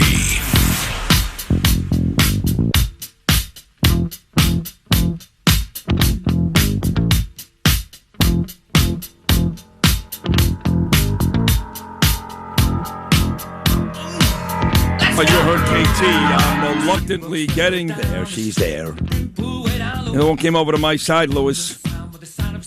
And you know who was actually with me this whole way and actually was there before I was. I got to give him credit. He's an attorney, but he's got a lot of info about the Army, a lot. And that is Tacopina. Not just the best defense attorney in the world, but Army Ranger and spends a lot of time with our best Army people and is privy to some information. And we've been talking back and forth about this, and 99.99% of the time in general agreement about this effort with Iran. And it does seem now, Lewis and Justin and Noam, like everybody else is starting to come on over. Because at this point, how can you not? How can you not? And again, I want to make it... member pulled... Yeah, I'm not sure what that is, but again, I want to make it very clear that I am not angry with President Trump at all. I loved Midnight Hammer. That was an exceptional operation. And I even liked Operation Epic Fury. I thought that was important. The last couple of months, I'm trying to figure out what we're doing. And I'm not angry with Trump. I think he made the right decision. I think it was the courageous right decision to do this. But he's got people that need to execute better and game plan better. That's the issue. I'm not mad at Trump. Damn it, Trump did something all these presidents should have done. Iran is a threat to America, not just Israel, for the Jew haters out there, to America and the world. They need to be fixed, if you will. And Trump did it. I actually congratulate President Trump. I don't have an issue with the president. It's a lot of people around him that can't figure it out. Maybe I'm wrong, but I think I've been right most of the way. And I know you've been, Joseph Tacopina, so good morning. Good morning, brother. How you doing? Good. Yeah, you nailed it again. You nailed it again. It's exactly it. Look, and it's great that you're able to do that because I know how close you are to the president, how much you support him. I obviously am too. I support this country, but you're calling it the way it is on this situation because let me tell you something. There is an asymmetric war going on right now, and what I mean by that is, what are we trying to do to Iran? What are they trying to do to us? We're trying to impose pain, show our force, our might, kneecap them, bring them to their knees. What is Iran trying to do to us? They're trying to impose costs. These are two very different things. They're trying to drag this thing on. And so, it's a little difficult right now because, so we've been saying this for months. Every time we hear there's a ceasefire, there's a memo of understanding, we've won. It's just words. And unfortunately, I just don't see an end in sight anytime soon. And that's where we have a problem. We have you don't see an end anytime soon, I should say. And one of the things you said on this program, and I'm wondering if you're going to stick by that, is that the American munitions are probably lower than Americans realize, and Iran, well, they're getting weapons from a bunch of places. Do you still believe that? It's a fact, Sid. It's not whether I believe it. Again, I'm not an expert in this stuff. I'm listening to the people who are and who are there. And the fact of the matter is, yes, our munitions are low. And the munitions that count are low. And Iran's, they're just not. They haven't nearly fired as much as we've fired. They're saving some of their big boys. And they have these allies, China, Russia. These countries are thrilled to see this war continue and go on. So, yes, that's the problem. So you just nailed it. That's the practical problem. Now, publicly, I guess the administration can't say that. They won't say that. But it's a fact. It's just a fact. So when you say you don't see an end in sight, for there to be an end, whether it's soon or a long time from now, I've maintained all along that this idea of no regime change is silly because you have to. Bottom line is, the dust and the Strait and all that, fantastic. But if you leave these IRGC guys in power, then you're going to have the same exact issues, maybe 3 years, maybe 5 years, maybe 7 years, that we're trying to eradicate now. And you'll look back and say, well, what the hell, why do we do that, right? So you can't just leave the bad guys in charge. And even though we've killed a lot of them, congratulations, we have. They got plenty more. There's no way to win this unless it's hard to make sure of this, but at the very least, decimate these animals that are still calling the shots. You agree with that? It's 100% true. We're here now. Whether we should have been here or not, that's a different story. It's debatable, and it doesn't matter at this point. We're here now. So we have to really go in there, annihilate, boots on the ground, do what we do to win every war, because you cannot win a war, even in this modern age of drones and AI. You can't do it without boots on the ground. That's a fact. And don't forget, where the uranium is, airstrike as much as we want. We're not going to get to where we need to be. And yes, if we don't get a regime change, this will go on for eternity. All we've done was poke a hornet's nest now, right? So the guy who's the leader now was the son of the former leader we killed. So there's a rage and a fury there. So if we don't enact regime change, this thing's going to go on way past our lifetimes. And what you're seeing right now, Sid, is the U.S. is fighting a conventional war. against Iran. We believe that if we strike enough targets in Iran, cause enough damage, destroy enough capability, they'll capitulate. The Iran's theory of success in this war is just to keep us spending and imposing costs and outlast the U.S. in time. And so their theory really centers on economic aspects and time aspects, which translate into politics, as we're seeing now. Tell me, Joseph Tacopina, the DOJ's effort to prove perjury on traitor Jack Smith, is that going to be successful? You know, Sid, it remains to be seen. It really does. The stories evolve from beyond the referral itself. Now Jack Smith, obviously, and his attorneys are denying it. This case will ultimately come down to exactly what question Jack Smith was asked and exactly how his answer is interpreted. So, you know, it's a criminal referral doesn't mean criminal charges, as you know, but the politics allowed here, but the legal issue is really pretty narrow, Sid. The question isn't whether Congress disagrees with Jack Smith.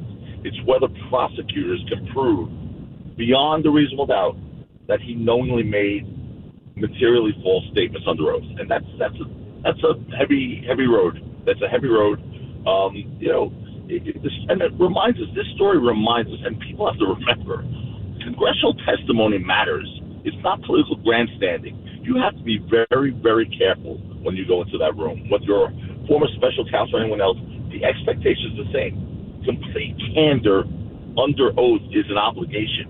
And at the same time, allegations alone aren't proof. The legal process, not politics, will determine whether anything more comes to this. But it's a real referral. It's a real referral, and, you know, it's another poor Todd Blanche. I mean, the guy's trying to get confirmed here, and you know, he's got another hot potato, because this is a political hotbed, no matter where you go with this thing. You know, if he charges a former prosecutor who he worked with, because Todd knew Jack in the Justice Department, you know, it's one thing. If he doesn't, he'll probably draw the ire of somebody he works for. So, you know, I think we have to see how this plays out. But I you know, again, no charges at this point, right? The committees referred the matter. So really, it's going to be up to the federal prosecutors and ultimately Todd Blanche, whether this gets prosecuted or not. So it's going to be tough because, again, it has to be, you have to look at the exact question he was asked, not what, you know, the overall tenor of his testimony was. Right. When you're talking about perjury, you have to have a direct material misrepresentation, misquote. So if someone intentionally lies, that's it. That's a serious matter. But if there's any ambiguity in what the question was and the answer, or the answer leaves room for alternative interpretations of that question, there's no charges. So I think we're still a long way away from it. But look, you know, we've seen this before. You get into that room under oath in front of Congress, you know, in this day and age of political mayhem where, you know, everything is so partisan, you better be ready to make sure you can stand by every word of your testimony.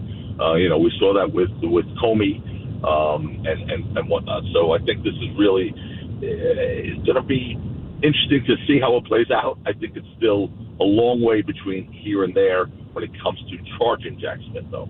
All right. This is my dear friend, nearly 5 decades, the best defense attorney in the world, on a Friday regular. He's always great. He's great again today, Joseph Tacopina. One more for you, Joseph.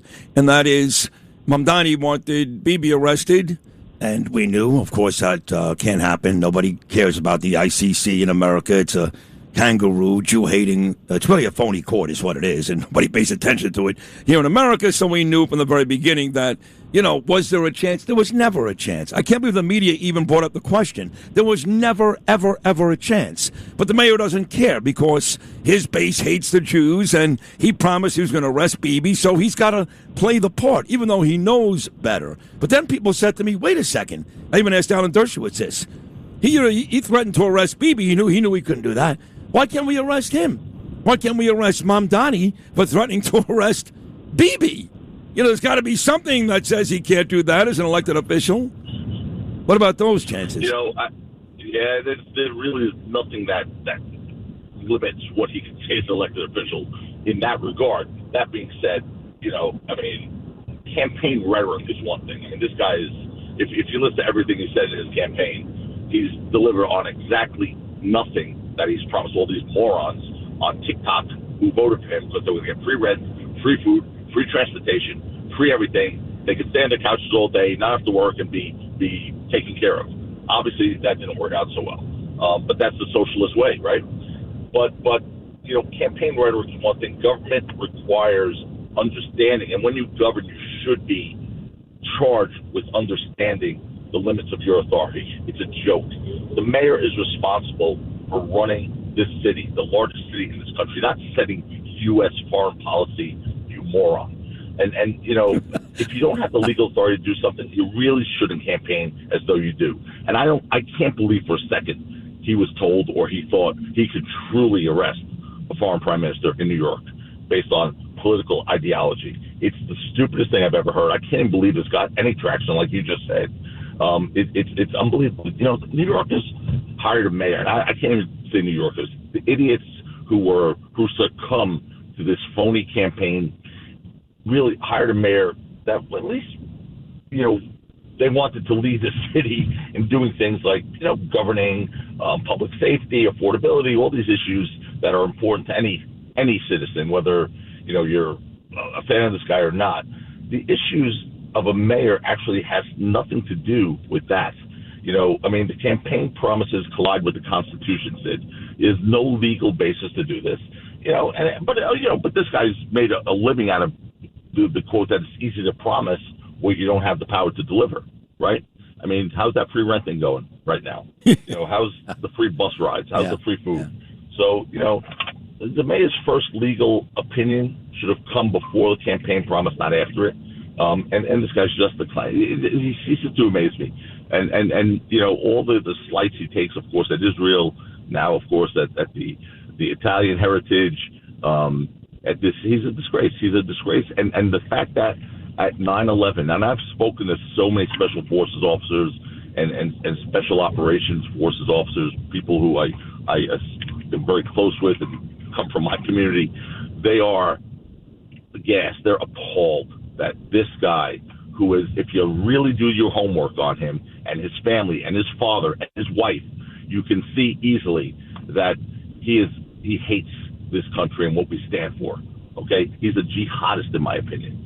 So I really don't think that him being at 9/11, someone who's said some horrific things about this country and whose family has said some horrific things about particularly 9/11.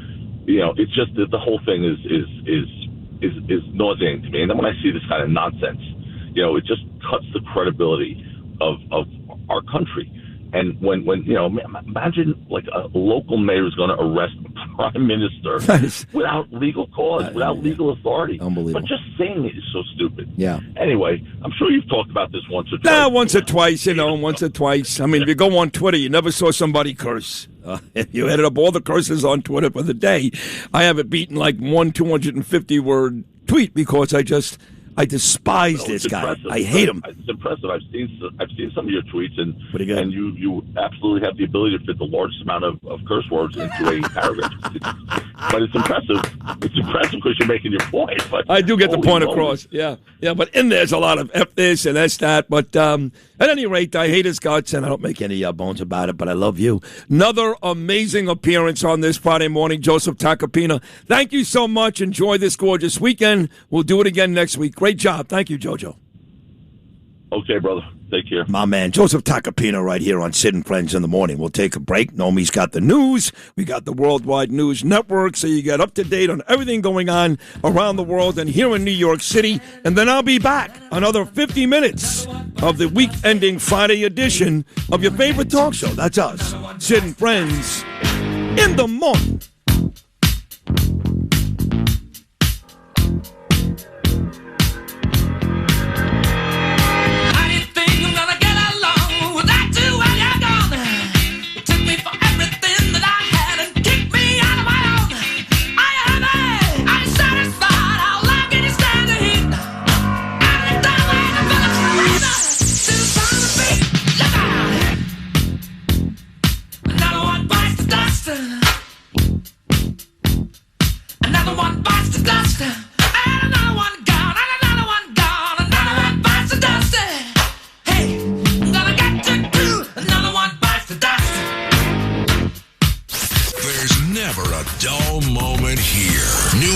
talk station. This is Talk Radio 77 WABC. WABC Traffic and Transit. From the Applebank Traffic Desk, as you begin to travel on the Long Island Expressway, we're slow from the Seafood Oyster Bay right on in through Jericho Turnpike. An accident in the right lane. You want to get over to the left as you come on up to that. We're also going to be looking at some delays as you travel then on the LIE and through Queens Boulevard. If you're up and down the Van Wyck, slow into Jamaica Avenue. Also delays coming southbound on the Whitestone Expressway through City Field. And then on the southbound side of the Brooklyn-Queens Expressway, heavy and slow traffic coming away from Queens Boulevard right on down through the Kosciuszko to the Williamsburg Bridge. Cross Bronx westbound slow, Bronx River Parkway to the George Washington Bridge. Subways, again, delays on the Uptown F trains. And also, we might still have some delays on the path between Hoboken and 33rd Street. They had some earlier problems. Traffic is sponsored by Apple Bank. With an Apple Bank Pick Your Term CD, get a guaranteed rate of return that fits your 6 to 12-month timeline. Stop by an Apple Bank branch to open. Member FDIC, $25,000 minimum deposit required to open. New money only. Early withdrawal penalty may apply. I'm Joe Nolan with traffic on Talk Radio 77 WABC. Chime time 9:23, 74 sunny on this Friday, July 24th. Good morning, I'm Noam Layden. Neighbors on the Upper West Side say that knife attack yesterday on a Jewish and an Asian man was definitely a hate crime. Eyewitnesses say 51-year-old Raul Morales yelled Allahu Akbar before plunging a knife and a screwdriver into his victims. Happened middle of the day. He's crouching, there's a knife sticking out of him, and he looked very stoic. That's the word. Because he was just trying to not move until help came. All I know is I was just praying that he was going to get to the emergency room. People who know Morales say he has suffered from mental health issues. He has at least 2 prior arrests for drug possession, date back to 1991. The family of Sergeant Angel Rampersad, the Queen's soldier killed in that Iranian strike in Jordan last week, going to hold a community vigil for the 28-year-old come Monday. Yesterday, Angel's mom thanking New Yorkers for putting their arms around her family. She fought for this country and she died for this country, and I am a mother is highly proud of her. The Ozone Park Block Association asking the Queensboro president now to rename that block in honor of Sergeant Rampersad. Those fake Con Ed workers, they're back roaming the city streets. A woman in East Flatbush let one in, instantly found a gun at her head. Her purse stolen. Her husband, he fought back. He was hit in the head with the butt of the gun. We obtained surveillance video pretty quickly, so that gave us a very clear description and just how terrifying the incident was. In the surveillance video, you could see the individual wearing a yellow rain slicker with large pockets. It had a Con Edison logo on the side. Officers were able to track that stolen purse by pinging the phone that was inside it. They arrested a 56-year-old. Con Ed says if you call them, you should call them, if you're unsure about a worker at your door, to confirm that that worker really works for the utility company. In the town of Edison, closed for business most of this week. 360 workers furloughed, including cops, after council members skipped out on a budget vote. Last night, neighbors in the town, they let the council have it. I'm pleading that whatever it is, you guys work it out. That is a disgrace. It's an absolute disgrace. And you do a disservice to the employees. Council members heard them loud and clear. Last night, they passed a budget deal. Edison's open for business today. Sunny, beautiful day on the way, high 82. Same goes for Saturday and Sunday. Just sunshine in the low 80s. 9:25 now. Let's head over to the 77 WABC Sports Desk, and here's Justin Ellick. Thank you, Noam. Late in sports sponsored by Pete Morgan of Pillow Spoilers. Go to pillowspoilers.com to find a deal under you. Pillow Spoilers, the world's best built of boilers. Speaking of that beautiful weekend, Yanks will be out in Philadelphia against the Phillies. Opener of a 3-game weekend set tonight. Cam Schlittler to start for New York against Phillies' Jesus Luzardo. Yanks head into the weekend 2 games back at Tampa Bay for first place in the East, and the Mets will welcome in the LA Dodgers for the weekend. Louis will be in attendance tomorrow night. Opener of a 3-game weekend set tonight, though, 7:10 p.m. Shulman I had to start for New York against LA's Roki Sasaki. And speaking of the Dodgers, they were out in Washington, D.C. yesterday on their day off as they make their way to Citi Field in Queens. A quick stop off at the White House to meet with President Donald Trump, welcoming in the defending World Series champion team yesterday at the Rose Garden. That's your sports, sponsored by Pete Morgan of Pillow Spoilers. Go to pillowspoilers.com to find a deal near you. Pillow Spoilers, the world's best built boilers. I'm Justin Ellick on 77 WABC. 9:26, traffic, transit now. Here's Joe Nolan. Well, from the Applebank Traffic Desk, again, we're doing pretty well, as we have been all morning long. particularly coming inbound on the Long Island Expressway. It's been a good day there, just a little slow now at Queens Boulevard coming into that area. It looks like there might be a tie-up there because now all of a sudden it's actually quite heavy coming inbound to Queens Boulevard, so we'll check on that. We also have a bit of an issue now coming southbound on the drive as you get down into the 70s. There is an accident there. The left lane's out, and that's got traffic backed up into the 120s. You also have delays as you travel now on the Crossbronx westbound 3rd Avenue right over to the George Washington Bridge. Inbound Gowanus BQE slow now. Industry City all the way on up. Pothole repair going on right around Industry City, so that's going to be an issue for you. And mass transit, everybody pretty much on or close to schedule. Traffic sponsored by Apple Bank, now at the highest annual percentage yield this year on any 6 to 12-month CD. Visit your local Apple Bank today. Member FDIC, $25,000 minimum deposit required to open, new money only. Early withdrawal penalty may apply. I'm Joe Nolan with traffic on Talk Radio 77 WABC. Entertaining and informative. This is Sid and Friends in the Morning. 77 WABC.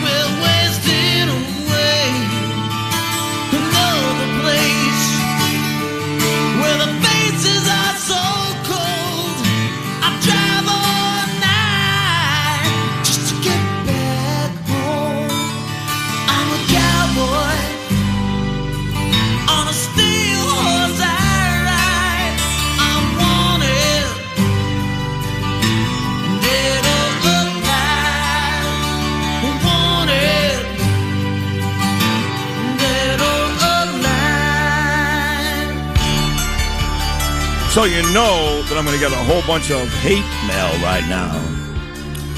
I love this song. Lewis, I don't care. I love it. Bon Jovi. Because Bon Jovi, not as bad as Bruce. Nobody's as bad as Bruce. Bruce is turned into a complete lunatic. He's a moron. But Bon Jovi is another guy that doesn't like Trump very much. Another Jersey guy doesn't like Trump very much. But I just can't keep up anymore. I can't do it. Now, you know the couple of things. Somebody else spoke out against Springsteen.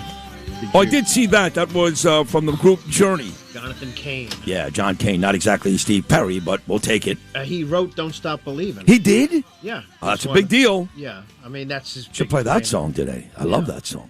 Yeah, I did see that. He spoke out against Bruce. That was great. But shut up. That's what he said. Shut up. Exactly. Yeah, he's not the biggest. Some other not that long ago also said shut up. I don't know who it was, but. You know, I can't keep up. And then as soon as we play something, and there was somebody else about a week or two ago. And, it's Mick Jagger. Yeah, it was Mick Jagger. Oh, Mick Jagger, that's right. My man Mick, the Rolling Stones. We played some group about a week or two ago. I forget who it is. And it's not, come on, Sid. I mean, the one day that it was my fault, because I asked for it, not Lou, Dave Matthews, I got, for 4 days I saw it. 4 days. Got to get past it. I just don't know. I just don't remember anymore who's. I guess I just assume that everybody hates the Jews and President Trump. Is that it? Is that everybody? I guess except for Mick Jagger and. Can't do this. Can't play that. Yeah, can't play it. Well, Lou says it all the time. All these rock stars, they're all world peace. You know, peace and love, man. Peace and love. Don't kill anybody. Yeah, but they're not. I don't mind the peace and love stuff. That's Chris Martin, Coldplay. He is. Bono. That's Bono. Yeah. But they're not. They're just Jew haters, or they hate Trump in America. Like the moron from, what is that? Billy Joe Armstrong. What is he from again? Green Day. Green Day, right. He hates America. Yeah, hates America. Blatantly hates America. Yeah, sells out every concert here, makes a ton of money. Says nothing nice. Miley Cyrus. I had to tell somebody this. They were so disappointed. Oh, Dr. Brad Wasserman. He, not Miley Cyrus. Grande. What's her name? Ariana Grande. Oh, he took his kids. She went to a donut store one time many years ago. She was dating Pete Davidson, and there was like an American flag on a donut, and she went nuts. Yeah, she's a little stupid. she's more than a little stupid. Yeah, I just. Although, wait a second, she's making millions and millions of dollars, so maybe she's not that stupid. Here. I know. No, I know. They all make it here. I know. I don't know what they're complaining about. I don't know. And they're all leaving, of course, and only a couple leave and they come back. Like Fat Rosie. She's already back. And isn't she filling in for Jimmy Kimmel? She's doing an off-Broadway show right now, and then she's going to fill in for Jimmy Kimmel. How do you know so much about her? Because I'm a huge fan. I knew that. God, I knew that was the case. That's what that Rosie means above Yes. the desk. Yeah, I saw Rosie, that. I know. Yeah. Stars. But the other ones are still here. De Niro is still here, right? He hasn't left, has he? No.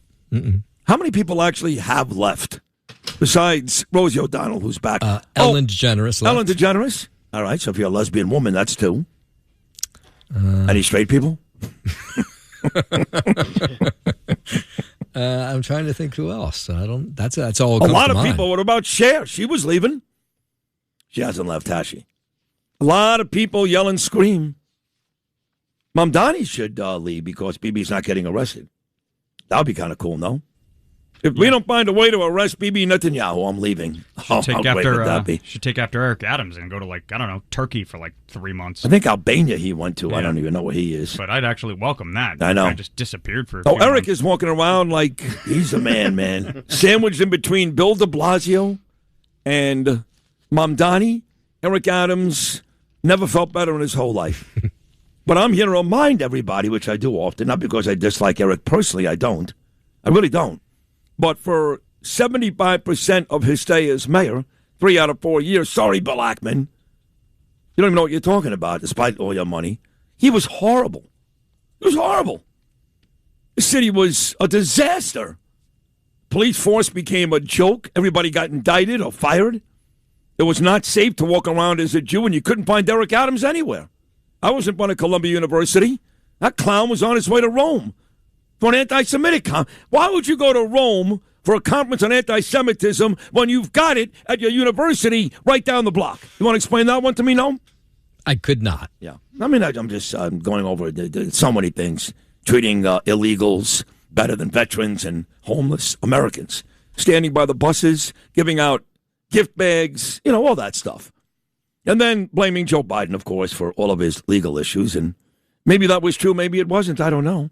But I can tell you this, smart attorneys, like the guy that was just on, Joe Tacopina, said, I read the indictment, and he should have gone to jail.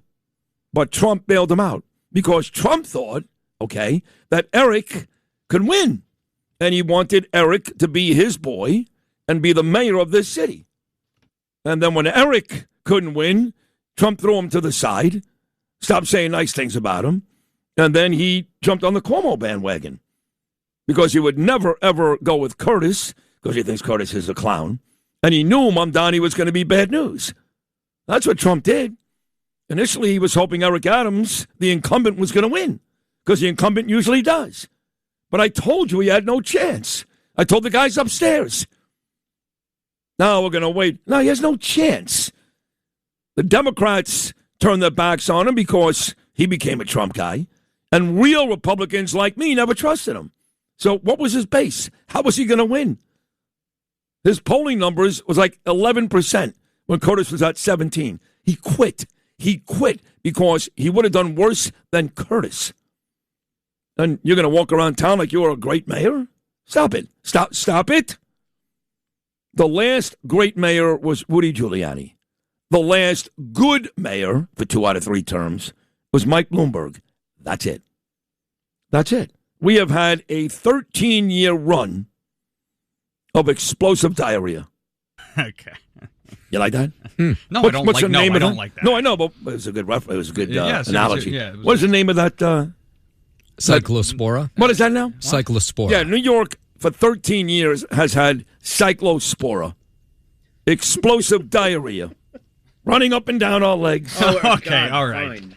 All right. Maybe that's why it smells so bad. It stinks. Yeah, it does stink and it's out yellow there. and it's green and it's brown. Oh, God. And there's corn in it. What? Yeah, we've had that. Whole kernels, yeah. Congratulations. Congratulations, New York. And now you got a chance to save us. Now you got a chance. Maybe you'll learn your lesson. You won't, but from this mayor, what a disaster he is. The last 3 mayors, to be honest. Now you got a chance. Go vote for Bruce Blakeman. Save us. They won't do it. You know why? Because they would rather see this city completely crumble, some of these people, than vote for a guy who's friends with Trump. I mean, how do you do that's irrational. That's psychotic. That's nuts. I'd rather see my own city and my own state. This is governor, folks. This is state, not the mayor. I'd rather see my own state crumble. It's already starting. I'd rather see the building come down than vote for a guy who's friends with Trump. That's New York. And then you ask the question, how did we get here? How did we get here? The answer is pretty easy, right? No? You don't got to be a genius. Don't got to be Hank Shankoff to figure that one out, do you? You do not, no. No.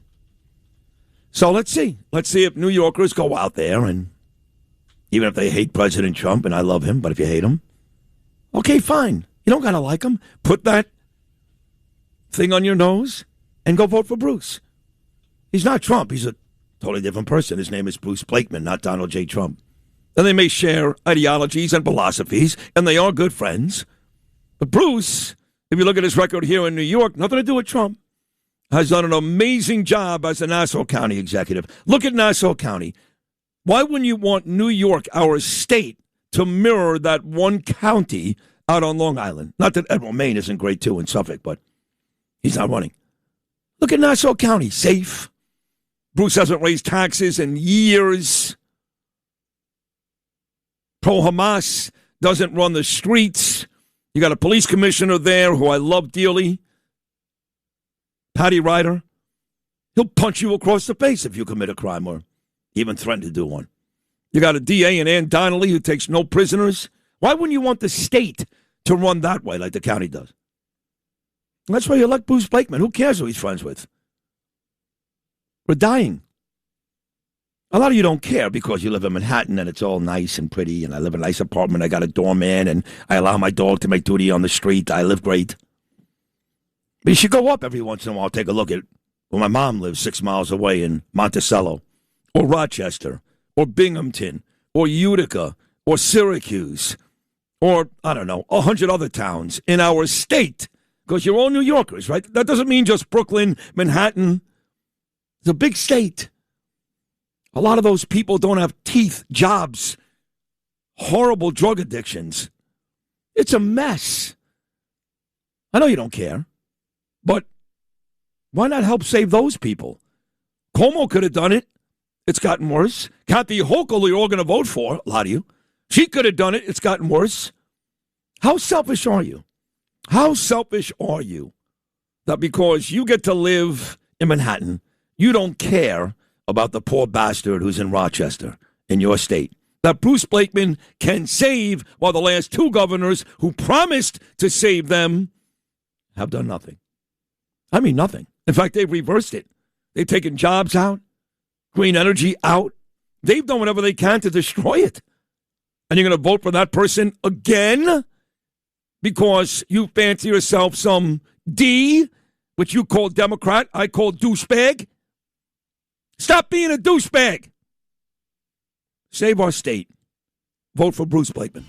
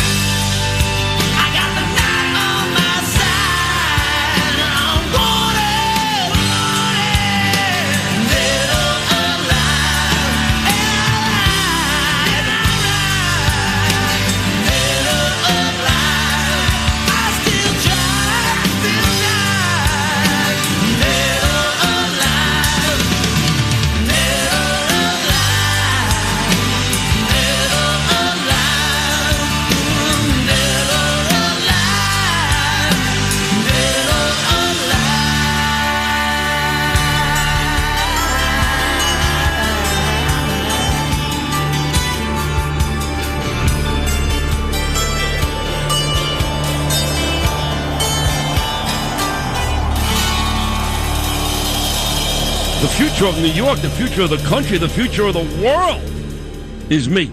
You talk. We listen. 77 WABC. WABC Traffic and Transit. Well, from the Apple Bank traffic desk, and as you begin to travel now inbound to the Holland Tunnel in Jersey City on that lower level as you head inbound to the Holland Tunnel coming off of 1 and 9. The right lane going to be out of service. An accident in there, and of course that's going to cause all kinds of problems. And then in central New Jersey, as you travel southbound on Route 1 coming down to Major Road in South Brunswick, there is a crash. Again, the right lane out of service. Each way on the Brooklyn-Queens Expressway, very heavy and slow now. Coming away from the Prospect up to the Brooklyn Bridge, they're doing some pothole repair at that point. Also delays as you travel out onto the Drive. And again, this is going to be on the southbound side. We have an accident down in the 70s. You're backed up into the 120s. Mass transit-wise, really not a bad morning. Everybody seems to be in pretty good shape, at least so far, as you travel out onto the commuter rails and the subways. Delays on the 2, the 3, the F, and the G, and alternate side is in effect. Traffic is sponsored by Apple Bank. With an Apple Bank Pick Your Term CD, you get a guaranteed rate of return to fit your 6 to 12-month timeline. Stop by an Apple Bank branch to open. Member FDIC, $25,000 minimum deposit required to open. New money only. Early withdrawal penalty may apply. I'm Joe Nolan with traffic on Talk Radio 77 WABC. This is the WABC opening bell report. Tesla may still have some kinks to work out with its driverless cars. The company's robo-taxis made their debut in Tampa, Florida on Tuesday, and the very next day, one of them was spotted going the wrong way down a one-way street. Thankfully, nobody was hurt. Gig workers, think Uber, Lyft, DoorDash, facing tough times as some platforms are trimming bonuses.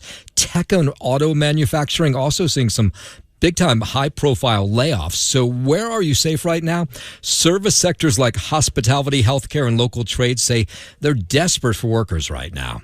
Let's see how the markets are doing on this Friday morning. The Dow up 86 points. Noam Layden, opening bell report, 77 WABC. Every weekend, newsmakers are on 77 WABC. The Cats Roundtable. John Catsimatidis talks with NYC Comptroller Mark Levine about record-high rents in Manhattan and Brooklyn. Median rents in Manhattan, $5,295 per month. It's insane. With Medicare Administrator Dr. Oz about widespread fraud in the medical system. The entire state of New York uses only $400 million. So these guys have $2.1 billion in 2 boroughs. Cousin Brucey. With Ernie Isley of the Isley Brothers about getting Jimi Hendrix his first Fender guitar. He was like, can I get a Fender? A white? It's like, yeah. He was like, oh my God. When you know, with Michael Cohen as he goes after pundits who attack President Trump for his actions on Iran. The same energy as the guy who won't quit the job he hates because confrontation is scary.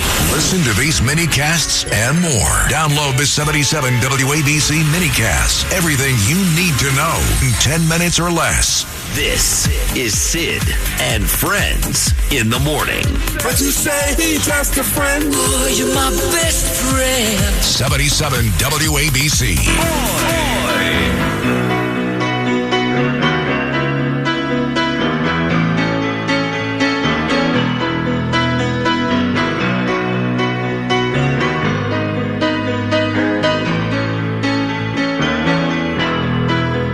Just a small town girl living in a lonely world. She took the midnight train going anywhere. Just a city boy, born and raised in South Detroit. He took the midnight train going anywhere.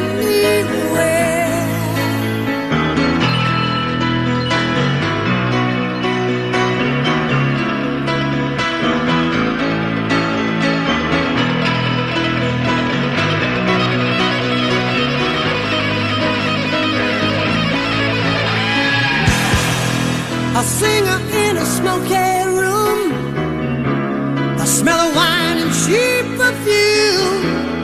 For a smile they can share the night. It goes on and on and on and on. Strangers waiting up and down the boulevard. Their shadows searching in the night.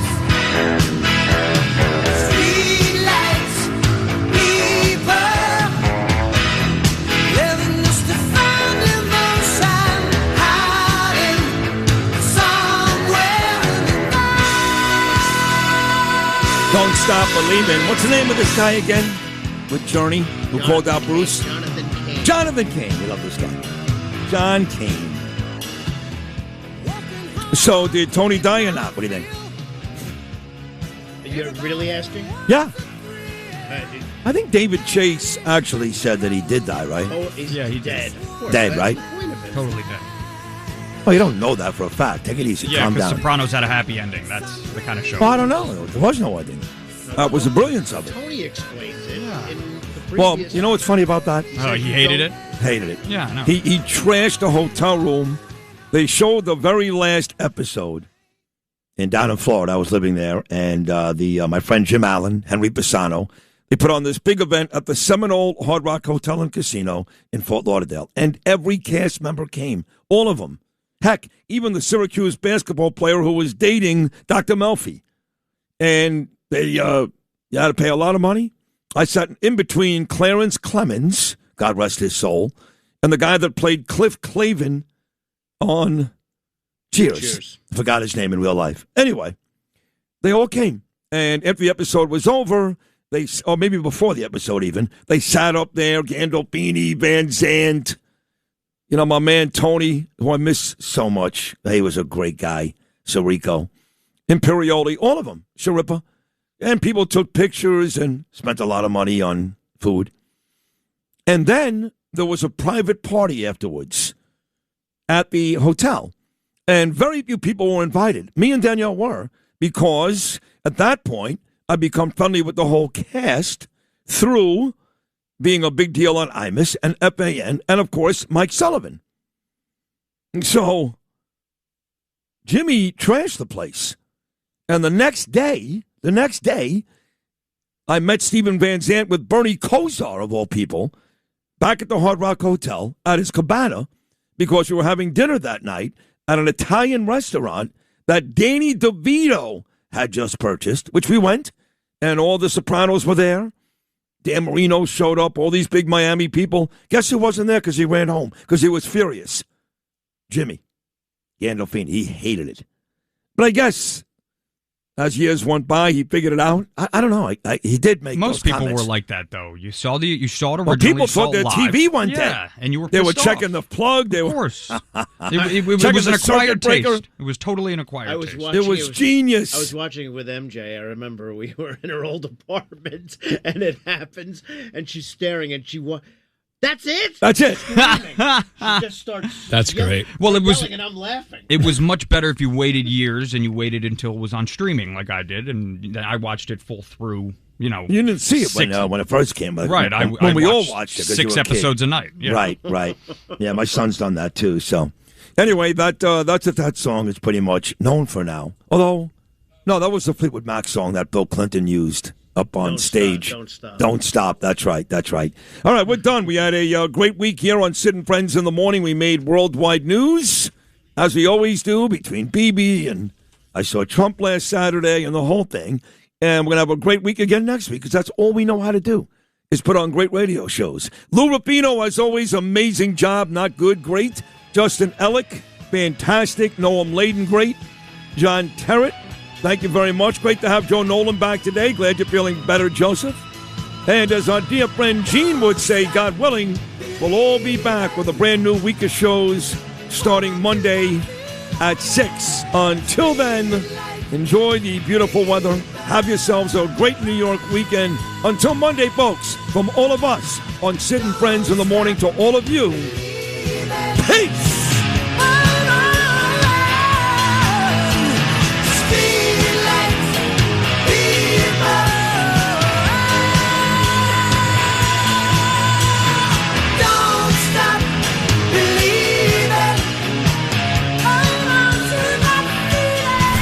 The 77 WABC mobile app now. Get the latest news and information. Listen to your favorite shows and podcasts anywhere you go. Available now on Google Play and in the App Store. Talk Radio 77 WABC. WABC Traffic and Transit. Well, from the Apple Bank traffic desk, again, we continue to have a lot of slow traffic as you come inbound on the Long Island Expressway, getting in through Queens Boulevard. But again, really no tie-ups there, just the usual stuff. If you're traveling out onto the inbound side of the Holland Tunnel, you've got a delay coming inbound from Jersey City as you get south, or in that lower level coming inbound just before you get to the area that merged with the New Jersey Turnpike off of 109. There's an accident there.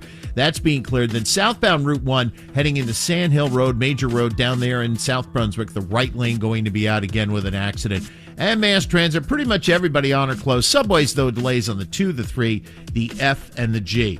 Traffic is sponsored by Apple Bank. With an Apple Bank Pick Your Term CD, you get a guaranteed rate of return that fits your 6 to 12-month timeline. Stop by an Apple Bank branch to open. Member FDIC. $25,000 minimum deposit required to open. New money only. Early withdrawal penalty may apply. I'm Joe Nolan with traffic on Talk Radio 77 WABC. WABC.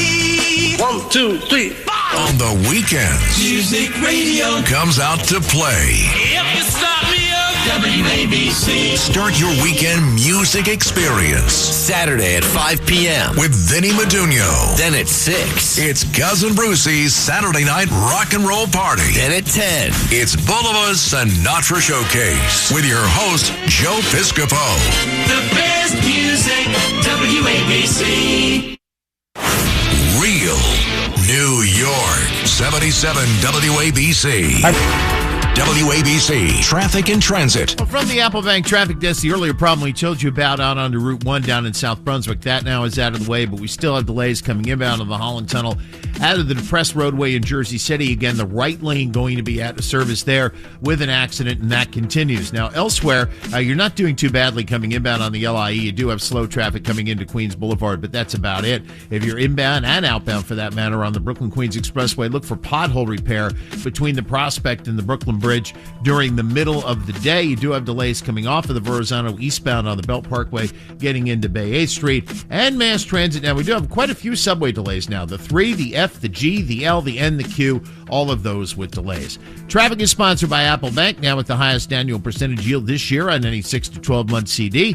Visit your local Apple Bank today. Member FDIC, $25,000 minimum deposit required to open. New money only. Early withdrawal penalty may apply. I'm Joe Nolan with traffic on Talk Radio 77 WABC. WABC New York, WRCR Haverstraw, and 107.1 WLIR Hampton Bays. Thanks for listening to Sid and Friends in the Morning. You can hear Sid and Friends in the Morning weekday mornings at 6. If you like the podcast, share it with your friends and listen anytime at WABCRadio.com and download the WABC Radio app. Hit that subscribe button on all major podcast platforms. Plus, follow WABC on social on Instagram, TikTok, Facebook, and X. See you next time for a new episode so you never have to wonder. What the heck is going on here?